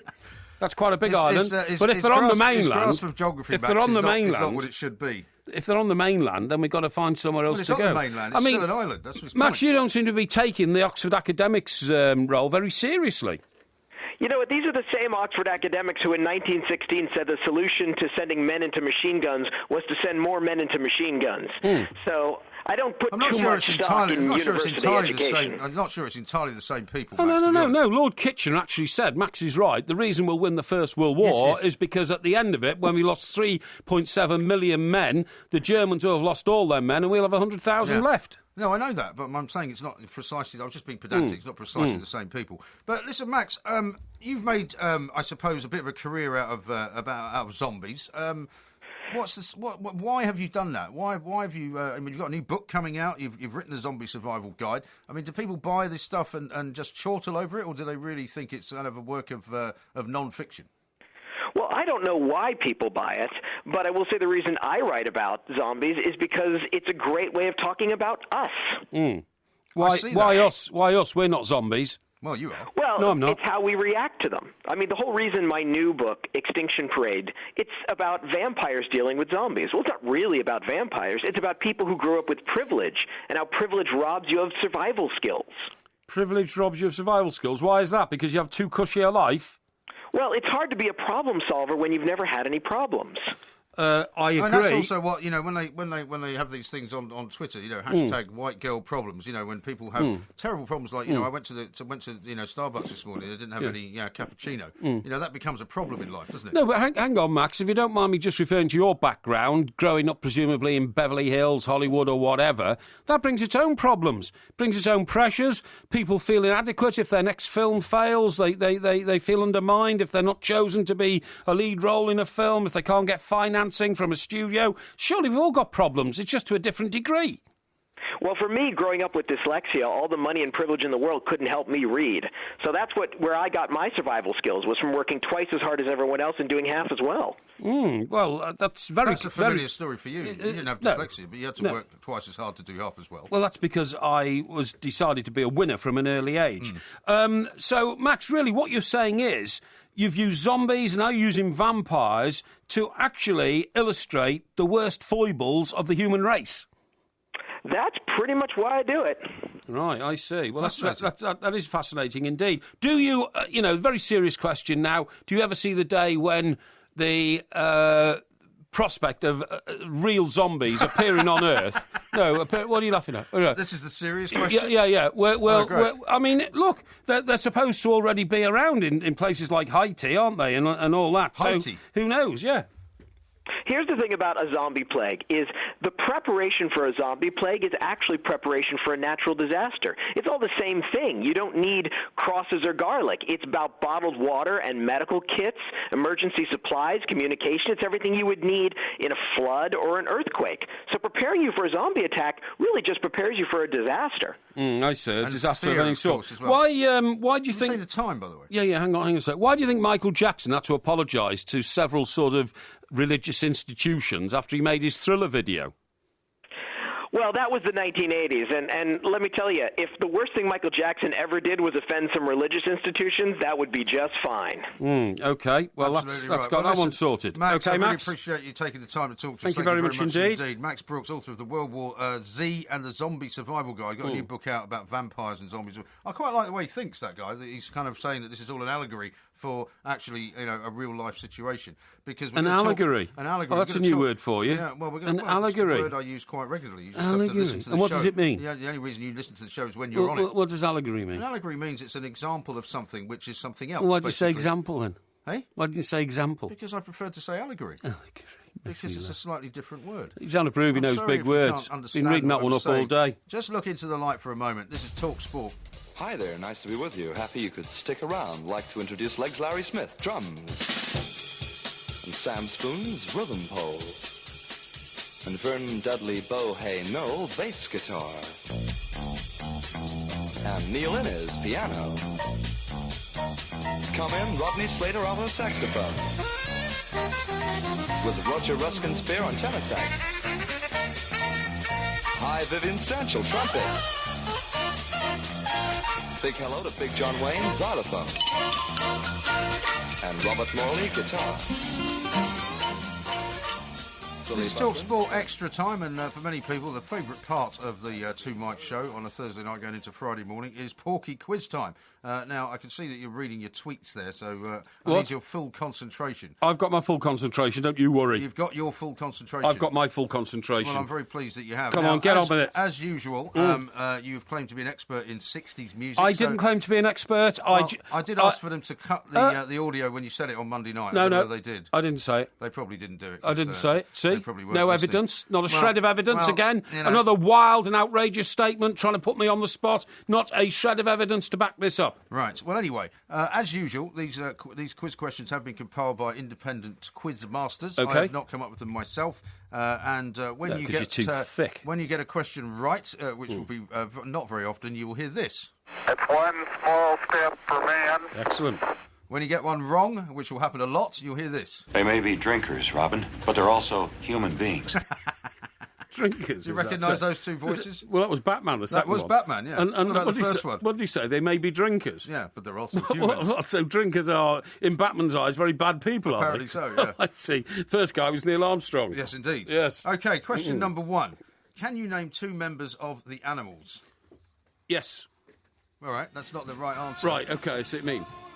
Right, one of them, Chas Chandler, Good. and the other one, Eric Burden, the singer. Correct. Thank you. It's one small step Thank for man. you. Excellent. I think that's the first time you've got one question right. No, the first question right. no. All right, have a listen to this song. Okay.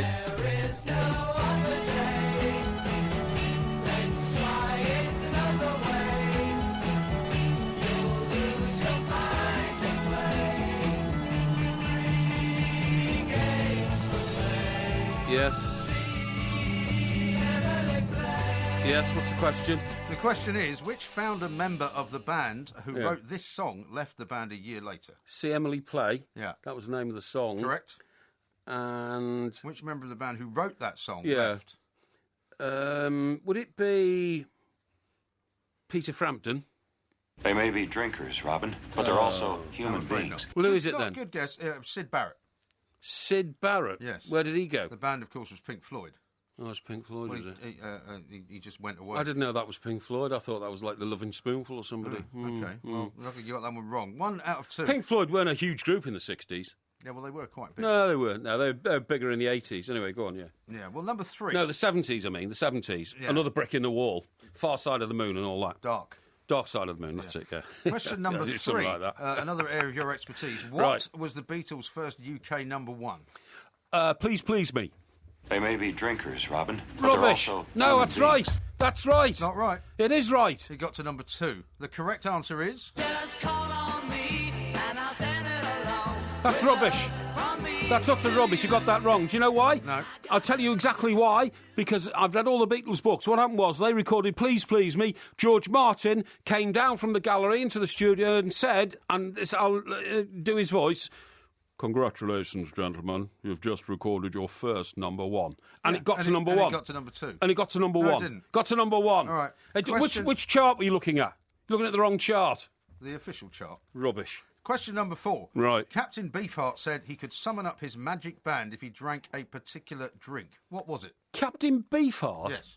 Captain Beefheart was a minor player on the periphery of the music scene. Not at all. Massive figure in the 60s. Rubbish. Massive Rubbish. figure in the 60s. Name one song that was his hit song. Well, his best album was Trout Mask Replica. Trout Mask Replica, a load of rubbish. Utter rubbish. That never got anywhere. That's a bit of music from him. Never heard that before in my life. So what's he supposed to have done? Well, he said he could summon up his magic band. He Right. was called the Magic Band. If Yeah. he drank a particular drink. What was it? It was... Where was he from? He was from the United States of America. Oh, was he? Okay. Well, in that case, I bet it was Jack Daniels. They may be drinkers, Robin, but they're also human beings. Well, they're not drinkers. What was the answer? The answer was Pepsi. Pepsi? That's not even a drink.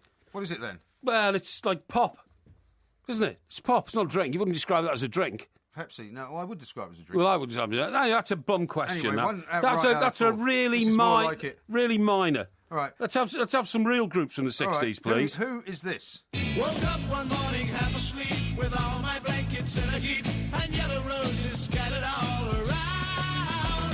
The time was still approaching. Right, that's I'm still talking about the flowers in the rain. That's, isn't it? Flowers in the rain. Right, that's probably, although it doesn't sound like him, that's probably the move. Correct. Right, there That's you go. not the answer, though. What? Can you name their most famous member? Yeah, Roy Wood. Correct. Well, I mean, hang on. I gave you the answer. I gave you the answer to the question, and then you asked me a second question. No, because the question is, can you name their most famous member? No, you didn't. You said, what band was it? Why are you arguing? You got You it said right. it was what band... I know, but what I'm saying is, as usual, you're gerrymandering the answers. The minute I give you the right answer, you then decide, oh, he's got it right. I better ask him another question. That's not true. You are despicable. It's one small step for man. Okay, you. you've now got 2 out of 5. Thank Halfway you. there. Rubbish. This is normal for you. Now, question number 6. Yep. When did The Who release their rock opera, Tommy? What do you mean, when? When? What year? Well, it was in the 60s, obviously. Well, it's a quiz about the 60s. Yeah. So, well, no. I'm just weighing it up in my head. There's no need to, be euphorically laughing. Wouldn't it be 1971 if it was a quiz about the 60s, would Right, it? hang on. I'm trying to work it out. Right, Sgt. Pepper's 67. That's not the question. I reckon this was 68. They may be drinkers, Robin, but they're also human beings. I see. 1969, actually. Well, I mean, that was so close that it's only ludicrous. 10 years. You can't get the wrong answer and expect me to give it to you as correct. What do you mean 10 years? It's 1 year. The 60s is a decade, right? Yeah, and I said 68. That's You wrong. said 60. I don't... Well, when do you think they started making it? In 68. It was released in 69. No, how long did it take to make an album? I've no idea. Well, I know. That wasn't the question. Question number 7. This one should be an easy one for you.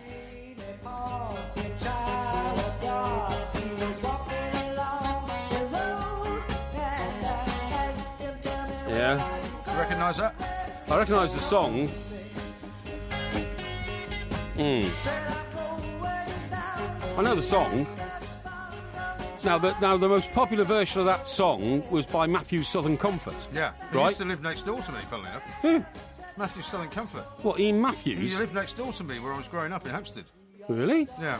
That's amazing. And that was Woodstock. Yeah, but that's Right. not the question. The question is, Yeah. can you name 4 of the acts that appeared at Woodstock? 4 actually appeared at Woodstock. Quite an easy one, this. Right. Do you know why they had Woodstock in Woodstock? Because it was 4 miles from Bob Dylan's home. Yeah. And they hoped to tempt Bob Dylan. He didn't go, though, did he? No, he refused to go. John Lennon didn't go either. John Lennon didn't go. Right.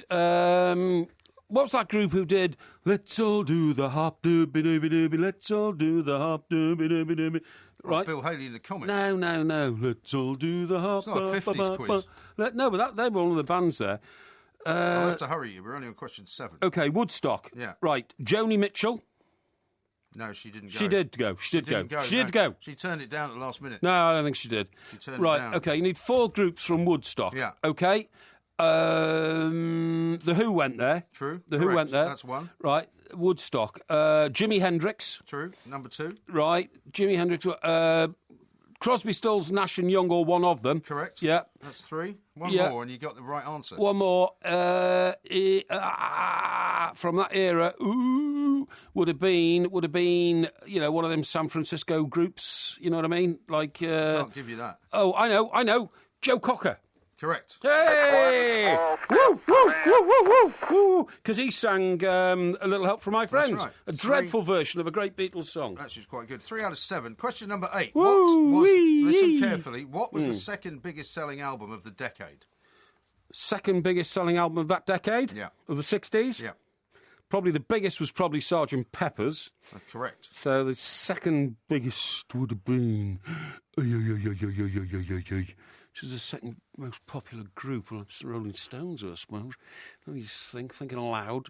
Could be an American group. Could You have to hurry you. Could have been Pet Sounds by the Beach Boys, maybe. Could have been.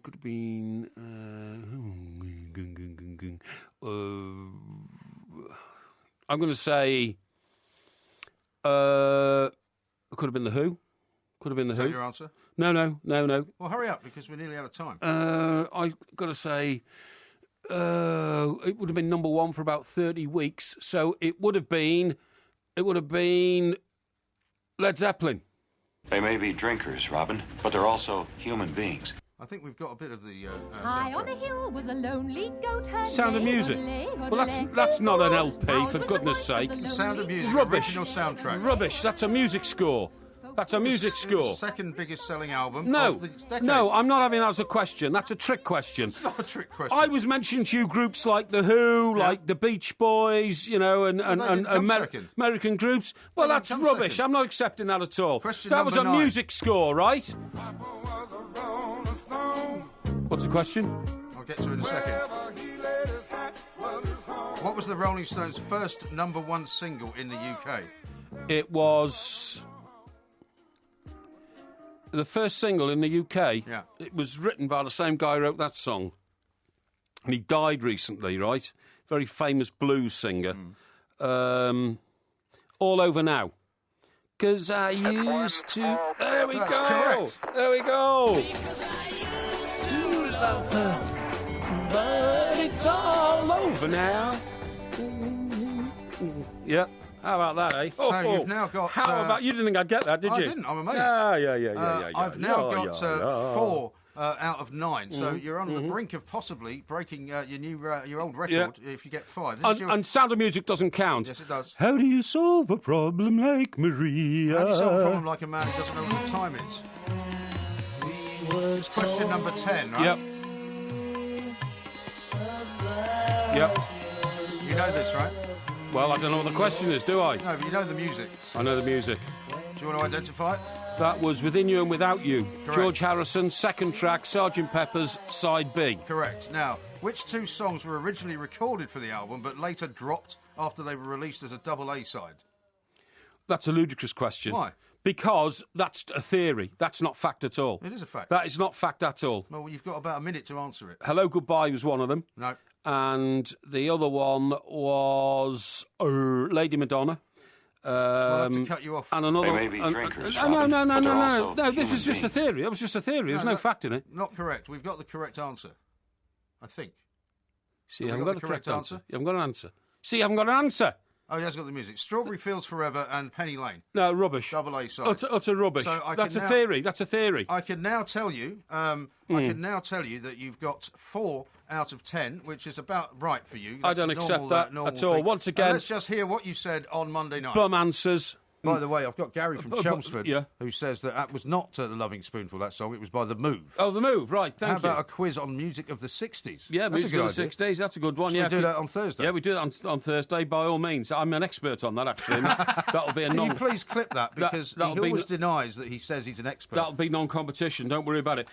So an expert on the 60s, 4 out of 10. Not bad. Better than your normal 3 out of 10, but I'd have to say... Fletch, what about certainly- that bum question on Sound of Music? Would you... I mean, it wasn't an LP. It was a music score. Second best-selling album of the decade. Music Simple score. question. Trick question. Right or wrong? Thank you very much indeed, Porkmeister. We've got lots more Bum. coming up. We're going to talk to this, an expert on Measly life bum. coaching and lots more.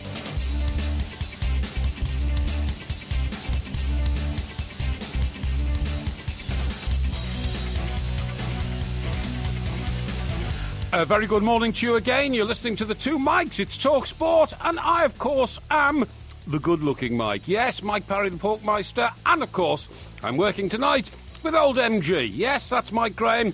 He's going to be alongside me in a minute when he comes back from the fire escape, where he's been sneaking a crafty fag in between the hours. We're with you till 6 o'clock, and by then you will have been refreshed with wisdom, knowledge and insight, which you don't get anywhere else. Waiting for you. Your cigarette good? It was, actually. Yeah, OK. He's back now, so I'm So going I'm to an let him take expert on over. that, actually. But remember, folks, you know, any time you want the insight to what's really going on, just look to the Porkmeister, not to the fat man on my left. This is Extra Time. We're the 2 Mics. I'm an expert on that, actually. and I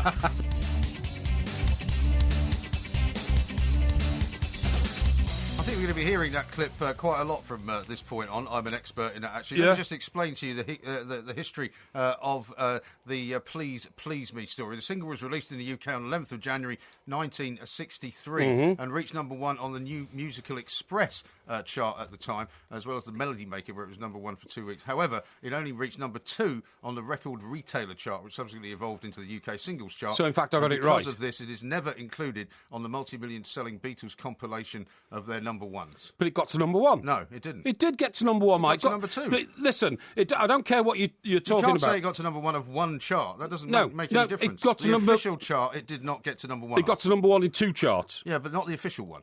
The one that most of the pop pickers and the young kids in those days took notice Not of was true. the NME, New Musical Express. the And it retailer got to number chart- 1 there. the retailer Retailing chart was the chart's one. rubbish. Absolute rubbish. That was all about how many, volumes went out to shops. It wasn't about how many were sold. So all the number 1s then, that they did reach on the Record Retailer chart, you don't count as Of course you number do. ones. Of course you do. All right, so you count those, but not the number 2s. Yeah, well, look, what I'm saying is I want 1 for that. That makes it 5 out of 10.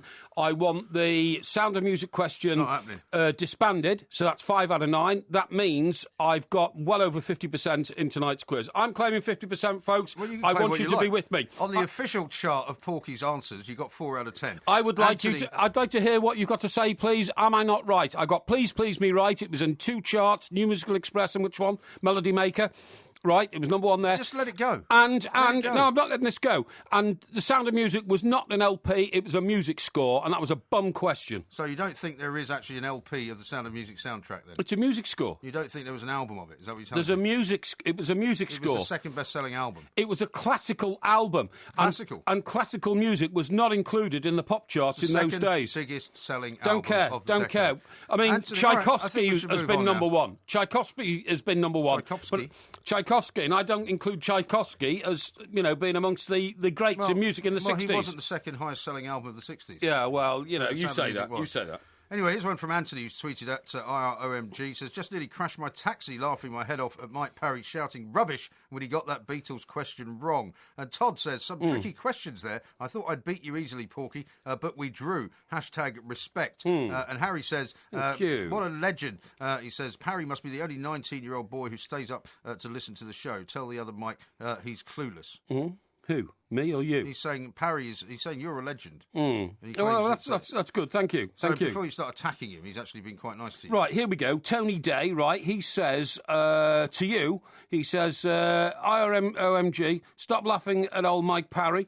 My sides are starting to ache now. In fairness, I thought the 60s questions were quite difficult. So people are starting to recognise that actually I had a very, very deep knowledge of the music scene in the 60s. And you... I actually did quite well. You did better than you normally do. gerrymandered a load of questions. You did better than normal. You normally only get 3 out of 10, so I'll take my hat off to you for getting 4.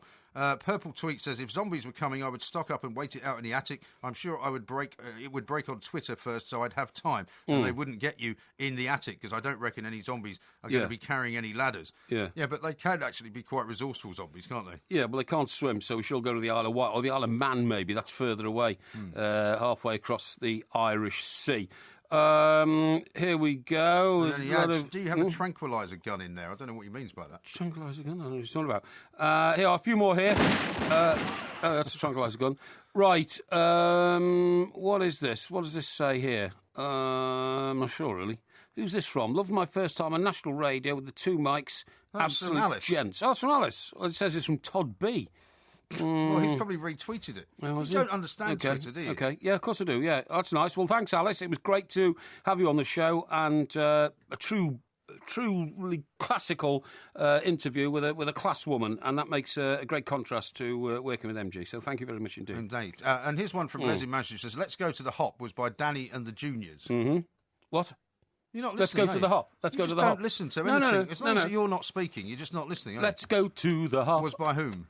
I thought it was... Who did you say it was? I just said who it was by. Danny and the Juniors. Yeah. They don't exist. It was a much better known group than that. It was something like, the I think it was something like the Bumbles or something like that. I can't remember now. It was a long time ago. Oh, right, okay. And here's Right. one from Stevie in Motherwell. Says, Mike Parry talks sense. What happens when there's no animals left? People will eat each other. No, they won't. I don't think so. But by the time that comes round, because animals will disappear off the face of the earth eventually. Well, we talked about this last week. Yeah, but every elephant will get shot, every But rhinoceros will according get to shot. you, they might evolve into something else. Well, they might, whatever. But then by that time, Now, let's talk about that. man because, will know how to grow genetically modified food. Believe me. Well, we already know how to do that. Yeah, of course we do. Yeah. Did you see that story this week from New York about the animal rights group who were trying to get human rights Well, for chimpanzees? this is a great story, and I tell you what, I'm all in favour of it. Look, I tell you what, I've studied it because I want to get involved. Do you? What, you're on the side of the people who want human rights for chimpanzees? I then? certainly am. This I is certainly after, am. of course, your rather bizarre Planet of the Apes escapade when you told us that you thought actually that there was a real video out there on YouTube of a chimp shooting people. Do you remember? It happened in Africa. I did tell you that was actually a trailer for one of the movies. Right. Now, now this story you talked about, funny you should say that, actually, because I was studying this only today, Really? so I'm right on top of this one. Right. Now, the chimp we're talking about is Tommy. He's a chimpanzee. Tommy. Right. Tommy, can you hear me? He's 26 years of age, a chimpanzee, and he's at the centre of a court 26 years hearing. of age. Is that real years or chimp years? No, that's 26 real years. All right, okay. And he's right at the centre of this human rights thing, OK?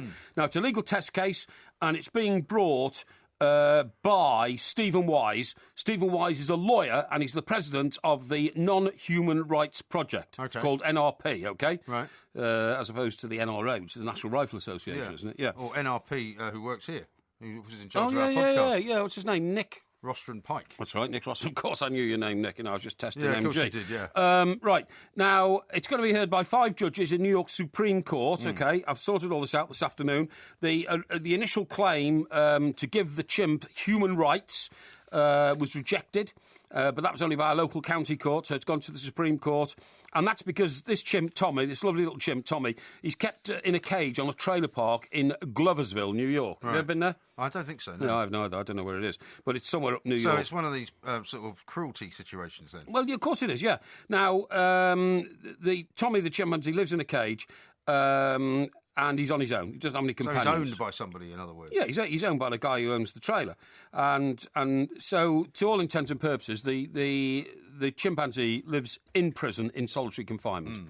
That's the way that the people support. And by the way, I've joined this movement. Have you? Seriously joined this movement. Really? The NRA, yeah, the NRP, sorry. You joined the NRA as well? I haven't joined the NRA. The NRP. Don't tell Piers Morgan. No. And because I had trouble going to bed sleeping when I'd read this terrible story. Really? Well, you've got to remember, Mike, and I've done all the research on this, that 95% of a chimpanzee's DNA is comparative to a human's DNA. They have very, very similar instincts to us. You imagine locking a man up for 26 years in a cage. They lock humans up in a cage all the time on death row over there. Yes, they do. But Why don't you want to get them free? because that's punishment for having done something bad. But Tommy the chimpanzee has done nothing bad, and I'm on Tommy's side, and I'm going to keep our listeners well versed. So this will be like a campaign we can keep track of. Yes, then? yes, definitely. Well, we must try and get Definitely. this guy on. We will. In fact, I was trying to get hold of him this week, but I Yeah. couldn't because he's so busy on the campaign. But Right. I'm going to get him on, and we've got a British connection anyway. There's a lady called Jane Goodall, and she's a naturalist, and she's a board director of NRP, right? Yeah. And she's also a leading primatologist. I mean, Yes. there's no, this is I've all heard very of Jane serious Goodall. stuff. Yeah, exactly right. And they've submitted. Was she not involved in that whole Gorillas in the Mist project? I'm pretty sure she was. I'm Yeah. pretty sure. But they put in 100 pages of affidavits in support of Tommy's case, to get him human rights. Because the point is, he's cramped up in this little cage, and it's quite disgusting that any human being can actually do that. And it's not like he's using him as an attraction or anything like that. It's just got him as a pet. Is that the deal? No, it's not even as a pet. He's got him as ownership. Right. It's because he owns him. You see what I mean? Do you remember that Because piece I own him, I can do what I don't want know with if him. You've seen the new Planet of the Apes films, but like I Yeah. think it's Dawn of Planet of the Apes, and the guy has the chimp because he wants him to kind of like not be, experimented on in a lab Yeah, and stuff. yeah. But at one point or other, and this is where the whole Planet of the Apes thing changes. Yes. The chimp realises that he's on a lead, and he sees a dog on a lead, and he sees other kind of animals on leads, and he realises that he's just this guy's pet, and he rebels. Right. He's like, I don't want to be your pet. Yeah, sure. I want to be equal. Sure. Now the case also, Mike, is close to another case. There's another chimpanzee called Kiko, Kiko. Oh, yeah. Also 26, and he lives in a cage near Niagara Falls. But the thing about Kiko is he has illustrated an ability to communicate with humans through sign language. So his case is even more important, OK?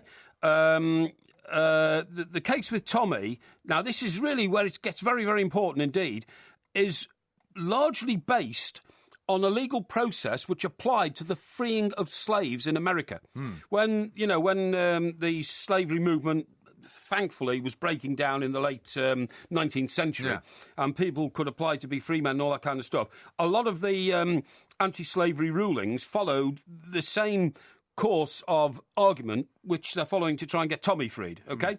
Because this chimpanzee, highly intelligent, 95% of the DNA shared with human beings, is locked in a little cage, and it's disgusting.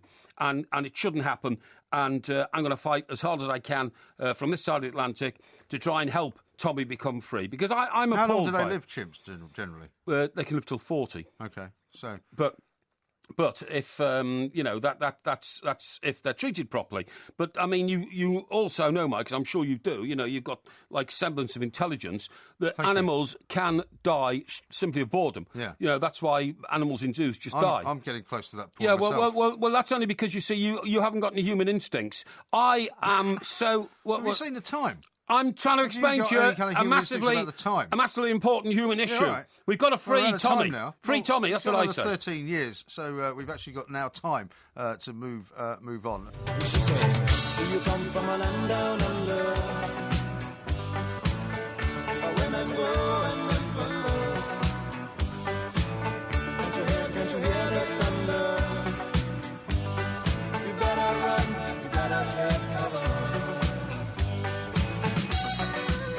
This is Talk Sports Extra Time. I'm Mike Graham. He is Mike Parry. He's getting very excited about this chimp that he wants to save. I dare say this will become a long-running campaign for you. Well, why are you mocking it? Do you not want to free a little chimp that's kept up in a cage? There's a lot more important things going on in the world that we have to worry about, apart from a chimp that's. There are few more important things in the world than the Declaration of Liberty for caged animals. Well, let me tell you about something that's a bit more important, and that is the outbreak of Ebola, which is going on in various different parts of the world. Obviously, from West Africa, there's cases of it down in Spain. There's cases of it down in Texas. We believe they thought a case down in Australia. We're going to go down to our correspondent down there now, Sandra Lee, of course, to find out what the latest is. My understanding, Sandra, and a very good morning to you, is that the panic seems to be over for the moment. G'day, chaps. And yes, you're right. This morning, the Department of Health in Queensland came out and said that the nurse who had recently returned from Sierra Leone is all okay. She had a slight fever, but their first blood tests and other tests that have come back have said that she's in the clear. In your experience, Sandra, and by the way, welcome to the show. Great to have you on board again. Thank you for joining us and bringing some, real intelligence, to the show. I'm not crawling. Yeah, I just like to be polite, to a lady with brains who can outthink and outsmart you. Now, Sandra, what I was going to say is, in this country, I'm not joking. Whenever one of these stories comes around about some kind of epidemic, we overreact so badly. We've still got something like £1 billion worth of vaccinations for a bird flu epidemic, which never happened. We make ridiculous safeguards for things that, sometimes just evaporate. What's the position in Australia? Are you people more resilient to these things, or do you go into mad panic as well? No, we're much more resilient. I think we're more resilient because we have the great blessing of being an island continent. So we don't have to worry about our borders being crossed with such ease as what you mob do over there in Europe. That's true. That's very, very true. Yeah. The interesting thing, though, as well, is when in the United States they started taking this quite seriously. And, I mean, there are those in the States who think that it's kind of panic measures to an extent, that the Centre for Disease Control actually said that they spent £40 billion on the SARS, $40 billion, I think, on the SARS fear that they had. And that wasn't anything to do with stopping the disease. It was all about just the measures they took to try and stop it from getting to the States. And, of course, it never really did become an epidemic anyway. No, it didn't. And that was because there were so many good practices put in place by all sort of health departments around the world where they thought it was going to spread. So I think that preventive measure really did help it, contain it. And I think that's what's what's been missing, sadly, with the Ebola outbreak. Right. 'Cause I was going to say, what we've now done is that we've kind of brought in these new rules where people are going to be tested, which a lot of people were asking. Screened when they come in through airport. Which seems like a very inexact science to me. Well, not only inexact, but it's going to cause utter chaos to the entry and departure of people in airports. Now, Sandra, we both worked in America. I saw an American politician tonight saying this is the worst threat to mankind since the AIDS disease. But it's not, is it? No, it's not at all. I mean, the whole thing is that it started in Africa. So far, it's been contained mostly to Africa. We've had a couple of outbreaks, as you said earlier, Mike, one in Spain and one in America.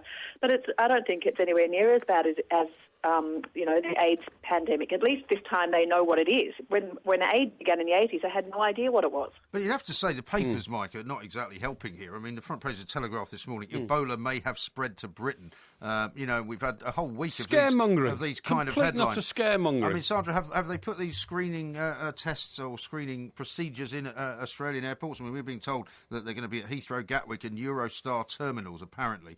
And stories like this are designed to kind of get people worked up, aren't they? Yeah, I think they are. I think they like to sort of have a bit of mass panic around to, probably to stop people doing anything. But no, we haven't had that here yet, thank goodness. And we've only had, I have to say, a handful of aid workers who have gone over to these affected areas. This nurse who came back last week, she was one of them, and she'd been in Sierra Leone for a month. But a lot of our lefty, lunatic, green politicians here are saying that we haven't done enough. Yeah, but they always say that, don't they, in the hope that they can steal it for themselves. You see what I mean? And then you become a bad person if you don't take it as seriously as they do. Well, this screening procedure, according to the Mail this morning, is that it amounts to little more than a questionnaire. So, I mean, I'm not even sure that it's a watertight thing to do. And it seems to me that it's all about making people feel a little bit more kind of safe in their own house, as it were. That, the government's doing something to stop this spread. And it is an awful disease, of course. And the other great irony for me was, thousands of people have died in Africa. And in Spain, the big hoo-ha was about the nurse who died's dog that had to be put down. Unbelievable. And people were more worried about that, it seemed, than the humans who had died. They certainly were. Now, Sandra, just moving on, because, I have known you socially over the years. Over here... What does that mean? Well, I'm going to explain. Is that code for something? Over here, since we last spoke, some nutty sort of medical body has decided that any woman who drinks 2 glasses of wine a day should be offered a pill to stop her drinking, because she's clearly, putting her life at risk. Is that the sort of thing that Australian society would welcome? No, I think we'd give the person who suggested the idea a pill. Yes, I totally agree, yeah. Some sort of pill that might turn what they're talking about into sense. Yeah, I know, isn't that just ridiculous? I mean, why women? Why anybody? Keep your nose out of everybody else's business. I mean, how much are the do-gooder anti-drink lobby people apparent in your country? Oh, look, there are a handful of them, but Australia has a very healthy culture of being very hedonistic and big drinkers, and most of us just sort of look at them and say, yeah, we'll raise a glass to you when we're having our next one. Yeah, no, I totally agree with you. And they always pick on women, because they say, well, a woman's liver doesn't sort of break down alcohol as fast as a man's liver does, or something like that, And we're back to sexism again here, aren't we? No, well, it's their sexism, not mine. And that, the new biggest, that's what they say in this country, the new biggest worrying group of people who are damaging their lives by alcohol are middle-aged women, whose children may have fled the nest and whose careers are now well developed. They've got nothing better to do except drink themselves into a stupor every night. But actually, when you and I worked together in New York, drinking yourself into a stupor every night was de rigueur, wasn't it? Speak for yourself, Mark. Thank you for straightening us out on that one, Sandra. Yeah. Well, I've got some news for you. That's the same as he does here every night as well, apart from, of course, the night he's working. Yeah, no, I don't think so. But I mean, that do good in lobby. They really get on my nerves. Now, again, Sandra, just moving on a bit. I mean, I hate to go back to this, but it's come up again. The search has restarted again for the missing airliner, hasn't it? Yes, it has, and so far it's been interesting here because we've hardly heard a peep out of them. When it began Sunday week ago, and it's hardly made the papers. The only news that we're getting of it is that it's begun and that they're not putting any great expectation on it at this stage. So we've heard nothing from the Prime Minister like we did, when he sort of was flapping his gums earlier in the year saying that we're definitely going to find it. Yeah. So it's actually, they're doing it under the radar this time. I don't think they want to create expectations that they possibly already know they're never going to meet. No, I totally agree with you. When you think how long it took to find the Titanic, nearly 100 years, the chances, I think, are utterly minimal now to find a... I mean, the old expression about needle in a haystack just doesn't start it, does it? No, it certainly doesn't. No, exactly. Sandra, listen, lovely to talk to you again. And Sandra, we've run out thank of you time, sadly, so much. Thank you so much for joining us from lovely Australia. to speak to you. A couple of texts here that I should read out to you from various people. On your Woodstock question, by the way, Stuart from Southampton said, Mike is thinking of Shanana with the Woodstock question. Shanana? Yeah, sounds a bit and more a couple like of it. other people have mentioned that. Mickey the cabbie says he's thinking of the group Shanana who appeared at Woodstock and sang rock and roll dressed as teddy boys. Right, that's the one. There's the ones. And yeah. Dodge in Crawley says At the Hop was performed at Woodstock by Shanana. Right. I don't remember them. Here's another better one, though, from Robert in Belfast. They should just put Parry in the cage instead. I would say Tommy's DNA is closer to a human's than his. Oh, really? Yeah, that's funny, dude. And also, William... You think a blind insult like that to me, coming from some anonymous person Robert in Belfast, not anonymous. who I can't look in the face and say, justify that statement, pal. Well, I think that's funny. Having some fun with you. You I can see, go all yeah. Kevin Peterson on me if you like. You Yeah, complain. yeah. Also, William has tweeted this at the two mics. Tarzan's favourite sidekick, Cheetah, turned 76 but won't retire. And he's penned his autobiography, apparently. There's a piece in Mail Online. 76 years since Cheetah the chimp was plucked from the African jungle to become a Hollywood star, yet incredibly, he is still going. The oldest known living chimp enjoys a leisurely retirement in California where he enjoys painting, piano and strolling in the sunshine. Excellent. That's So what his I like to life hear. story is going to be published in the autumn. Excellent. And extracts from appear in next month's Esquire magazine. That's what I like to hear. You said they lived to 40. He's 76. So you got that wrong, didn't you? I said they live to at least 40. Oh, really? And can live way beyond, yeah. So we've got plenty of time to rescue Tommy, haven't we? Well, no, because he doesn't want to be locked up in a cage. Look at the time. This is Talk Sport.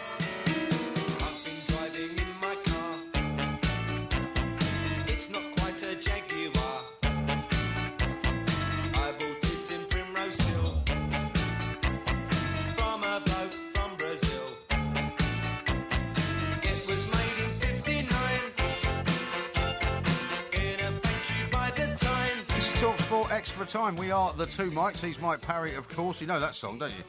Yeah. Driving in my car. Yeah. It's a great Hi. song. Yeah. Hi.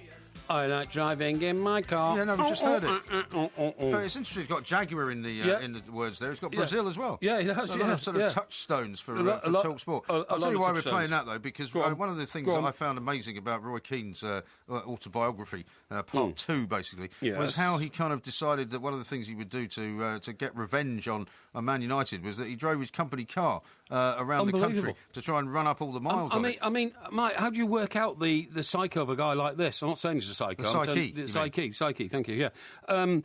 So he's a multi-millionaire by this stage already because he's been getting paid like £100,000 a week. Would even have company cars. Do you know what I think it is? I don't think it's a company car. I think it's a sponsored car. Oh, right. Like at the moment, they're all driving around in Chevrolets because Chevrolet are the adopted, car manufacturer to Manchester United. Do you know Manchester United have even got a company that calls itself partner to Manchester United in office desk furnishing and all that? Well, funny enough, we talked about this a while ago, and they've got an official noodle partner in Southeast Asia. Wouldn't surprise me. I mean, they've got all kinds of wouldn't surprise me that we don't know They've about. got an official partner for Staples and all sorts of things. Absolutely, It's unbelievable. Incredible. But anyway, point of story is that at this time they would have had a deal with a car manufacturer. I think before Chevrolet it must have been. Well, I think it was an Audi. Did he not say it was an Audi? I think it was an Audi. I think you're absolutely right. Yeah.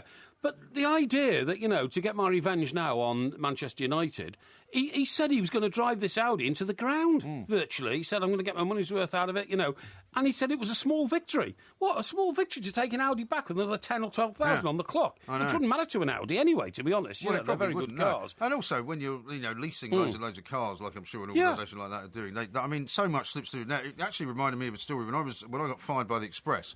I had a company car at the time, which I was think I not... fixed you up with that car. Well, really? Yeah, it was a Mondeo, wasn't it? Yeah, I remember.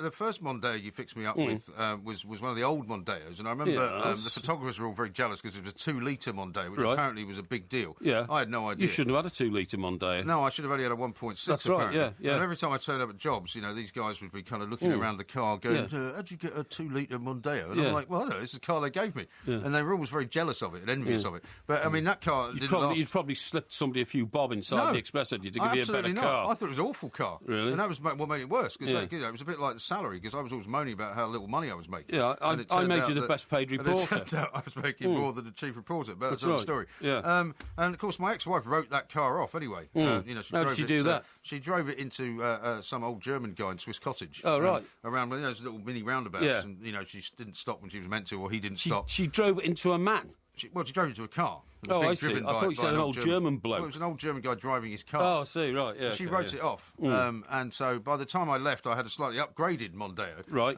Which was one of the newer ones. And as part of my severance agreement, they said that I could keep the car for 3 months or something like that. I see, yeah. But I figured out, well, listen, I don't really want to have to buy a car, so I'm sure there must be some way that I can hang on to this car. Yeah. And I took the view that basically the Human Resources Department were having such a rough time because they were firing loads of people and they were kind of cutting back more and more. Getting rid of people like you. Yeah. Well, getting rid of lots of people, actually. I think they thought I was just too expensive. They wanted to get rid of people who were making quite a lot of money. And anyway, so I worked on the principle that they had such turnover in the HR department that actually they wouldn't know what the agreement was. So I hung on to it for 3 months, and they said, at this point, you can decide whether you want to buy it or not. And I said, well, to be honest, I'm not sure if I want to buy it because, I think I need to put it through a service to make sure that it's used running a lot, well. It might need new tyres, blah, blah, blah. So I did that. That mainly extended it for about another 3 months, by which time the original HR people had all been fired as well. Right. So a new lot came in, and I said, well, I've had an agreement that I could keep the car for 6 months. And I just kept rolling on. In the end, I kept the car for a whole year. Before they actually finally wised up and came and got it off me.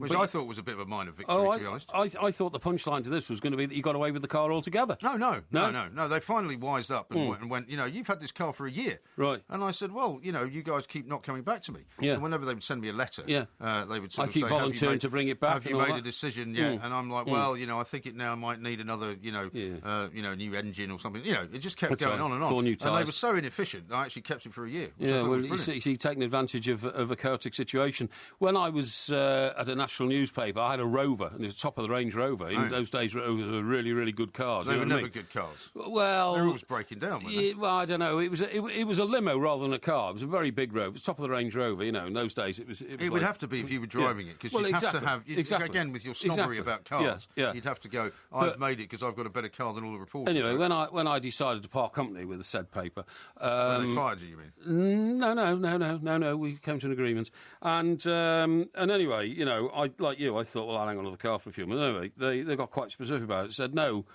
you can't actually hang on to that car. However, in our compassionate nature, we'll give you another car to use.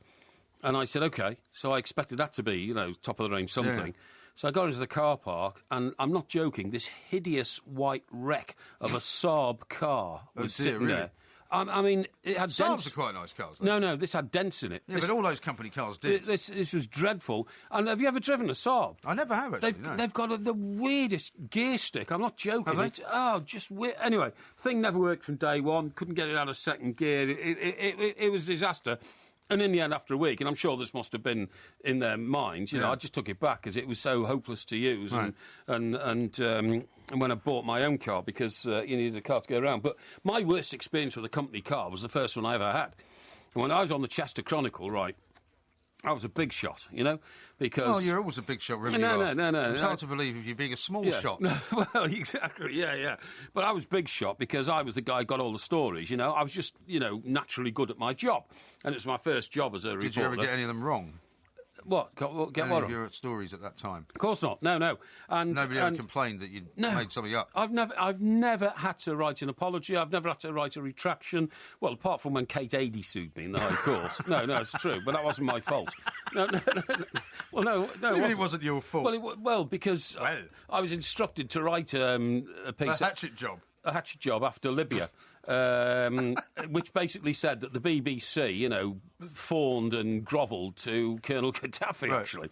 And, which wasn't true, presumably. Well, look, what can I say? Because we were ruled against. Question of degree. We were ruled against in the High Court. The Yeah. point is, I wrote what I thought was an honest piece, and I was under pressure to write a much, much more damaging and hurtful piece about the BBC. But I'd been out there alongside colleagues, including Kate Adie, right? Yes.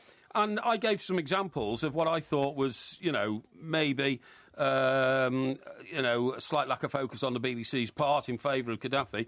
And Kate Adie personally sued me in the High Court and all that kind of stuff. But anyway, point is, I was talking about my first company car at the Chester Chronicle. It wasn't actually a company car, it was a pool car. Yeah. And it was a little mini runaround with 2 doors at the back. You know what I'm talking about? Like a Clubman. No, Clubman, that's right, thank you. But although it was a pool car, because I was number one banana, even though I'd only been there 18 months, but I was so good at the That's job. your bananaism again. That's right, yeah. I just commandeered the car, made it my own. But unfortunately, I was driving home one night, showing my mate how fast it went, and I completely missed a T-junction. I mean, completely. I didn't realise we were coming to a junction. So I went straight across, up the Into the pavement. hedge. Oh, no, through an iron railing into a school playground. And it's a good job there weren't any kids in the school That's a playground. good job, Mind you, yeah. it was 11:30 at night. And I wrote off the whole of the front of the car, but I didn't want to admit that it was me. So I drove it back to the... This is unbelievable. No, I drove it back to the car park of the paper, because I had a key to get in. Yeah. I left it there, and then the next morning found total surprise when somebody said the car's That's been wrecked shocking. in the night. I said it must have been stolen, or somebody's taken it out and brought it back or something. I didn't have it last night. Oh, yeah, I'm sorry. Unbelievable. I'm sorry, I had to lie my way out of that one. Yeah. I mean, this is so revealing And I wrecked the about car. The suspension was gone. Both the wheels were bent. I don't know how I even got it back to the car park, actually. It's been a miracle. Unbelievable. I bet you blame some underling for it as well. Here's Mike Porky Parry. He likes to save chimps, but he has absolutely no moral conscience whatsoever. This is Talk Sport. Why are we here? What's life all about? Is God really real? Or is there some doubt? Well, tonight we're going to sort it all out. For tonight, it's the meaning of life. What's the point? This is Talk Sport Extra Time. We are the two mics. We've got loads coming up in the next hour, of course. We'll be having a look at the back pages and the front pages once more. He is Mike Parry. I am Mike Graham. We were having a very, very heated discussion earlier because Mr. Parry decided that he would tell me all the 10 things that are supposed to make us happy in life, including things like the birth of your first child, purchasing a house, getting your new car, proposing to your partner, getting married, all of those kinds of things. He decided to come out with what I thought was an astonishing statement, that actually happiness was for losers. He said that he didn't think people should actually be happy. He said that life is not about being happy. So what I thought I'd do, Mike, is to help you out, get an expert on. Kathleen Martin is a professional life coach, host of Coach Cafe Radio in the US. By the way, she also believes in guardian angels, just like you do. Right. She's appeared on TV all over the place in America. Good. And I like sure it. She's I like going to it. try and convince you why you should actually be more in the pursuit of happiness. Kathleen, a very good morning to you. Well, thank you. Good morning. Yeah, good morning, Kathleen. It's great to have you on the show. Thank you very much indeed. You'll bring a sense of perspective and balance to our broadcasting, which I absolutely admire. Now, Mr. Parry's view of the world, Kathleen, is that basically it's nasty, brutish and short, which is probably a better description of him. But it's more about... he thinks that life is a series of challenges, that really it's only about small matters of happiness which punctuate pretty much a life of misery. How can we change his view on this? Well, I think that's an awesome view, actually. I think he's right on the money in so far as Thank you. It is it's little bits of happiness all through the day, so... Yeah. Now, Kathleen, I want to thank you, and I want to explain a bit more. What I'm saying is that life in itself is very hard, very tough for all of us, and anybody who just gets up in the morning and says, I think I'll pursue happiness today, is just an airhead who has got no meaning to their life, Yeah, well, happiness is one of those things that I think you should stop trying to look for and I totally just agree. be it. But surely it's better to be happy than to be unhappy, though, Kathleen, isn't it? I beg your pardon, say it again. Surely it's better to be happy than to be unhappy. Well, let's face it, we all want to feel good, right?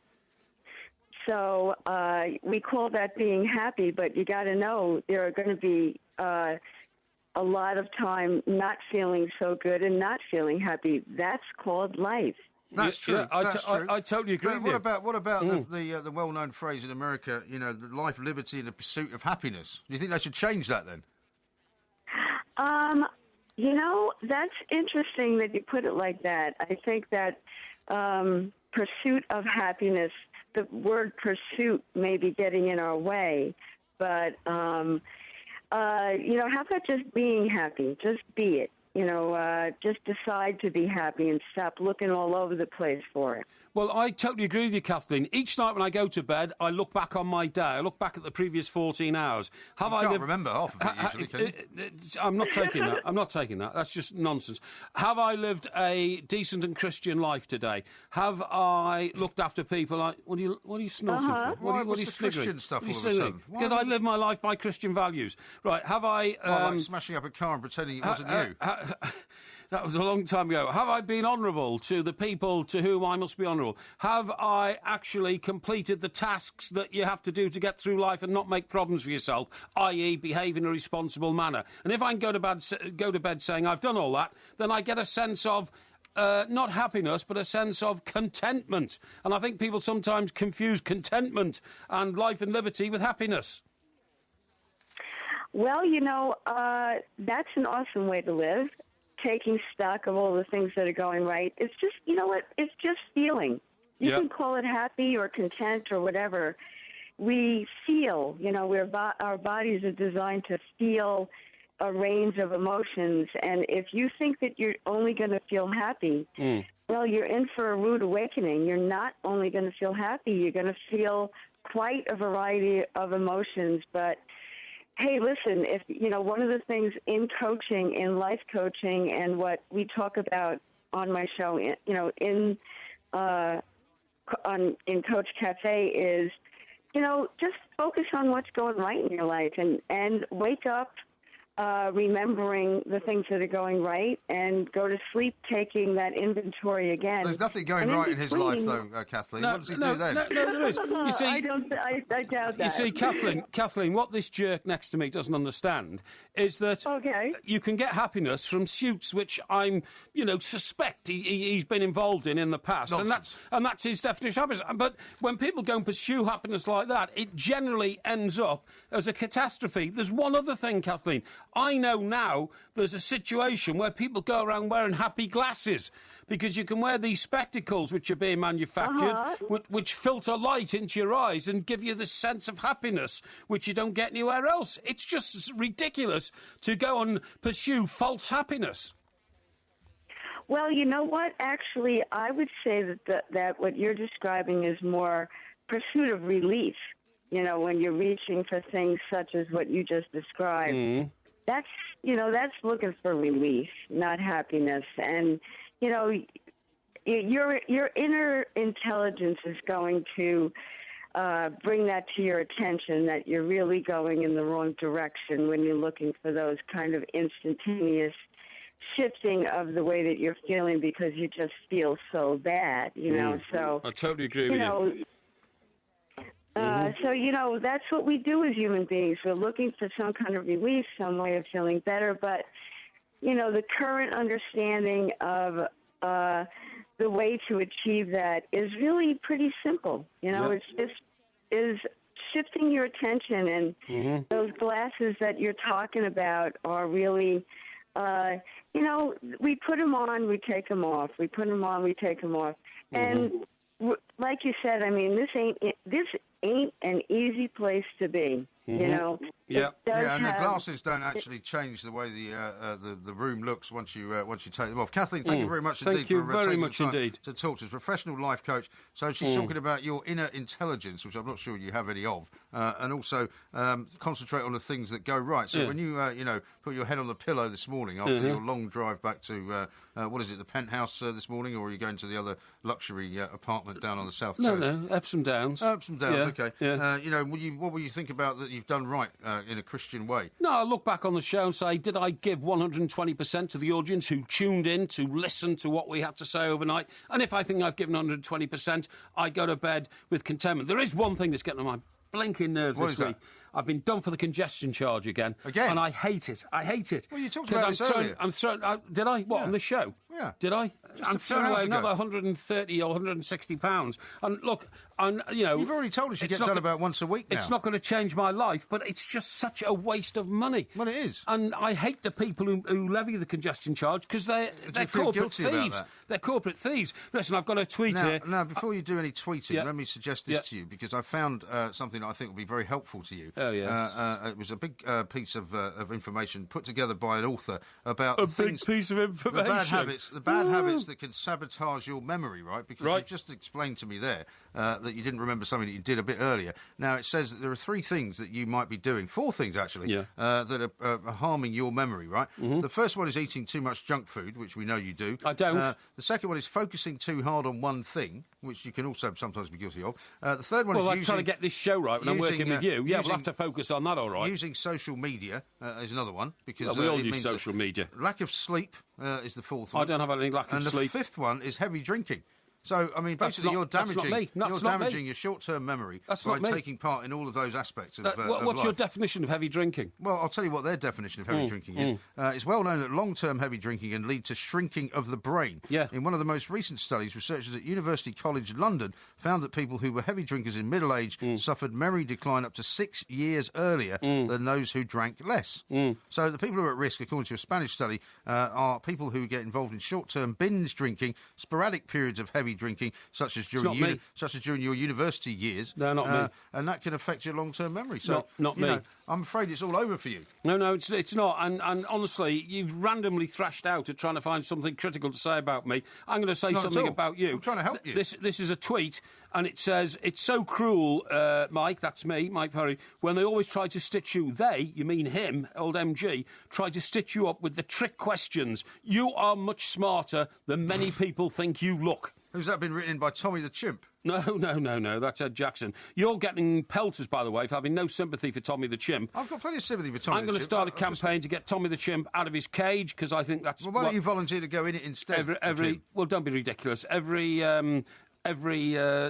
Christian person should do, even if I get silly tweets like this saying, "Hi, Mike, no wonder you're fighting for Tommy the Chimp. Being akin to a chimp yourself, you'd be more sympathetic, wouldn't you?"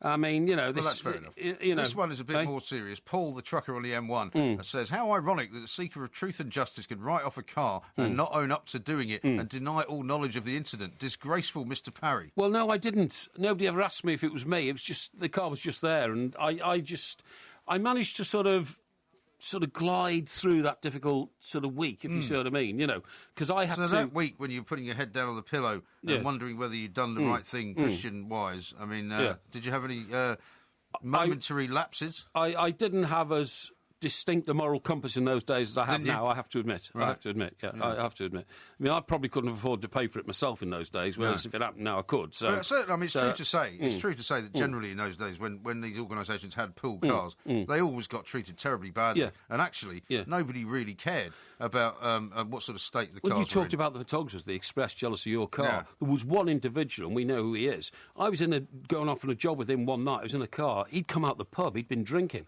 And I said, "I don't think you should, Tommy," And he said, "It's all right, I know what I'm doing." Anyway, we got to the first junction. He decided the bloke in front wasn't moving quickly enough to leave the lights. So he literally just drove into the back of him 3 times. The poor bloke's car had stalled, right? But Tommy was going to... I mean... I thought you weren't going to name him. So, well, I've only said Tommy. And he actually smashed the front of the car in before we got 100 yards from the office. I mean, these guys were so reckless. It was unbelievable. Absolutely shocking. Yeah. I'm sure you reported him to the authorities as well. Well, no. I'm not a sneak. No, you're certainly not. I'm not quite sure what you are. So I'm an expert on that, actually. And that was the Two Mikes podcast. Yes, it certainly was. Don't forget, it's out every Tuesday and every Friday morning on iTunes. And you can follow us at the Two Mikes. So keep listening for more of MG's loose morals. Believe me, this boy hasn't got a moral fibre in his body. And more of his bizarre buffoonery. What?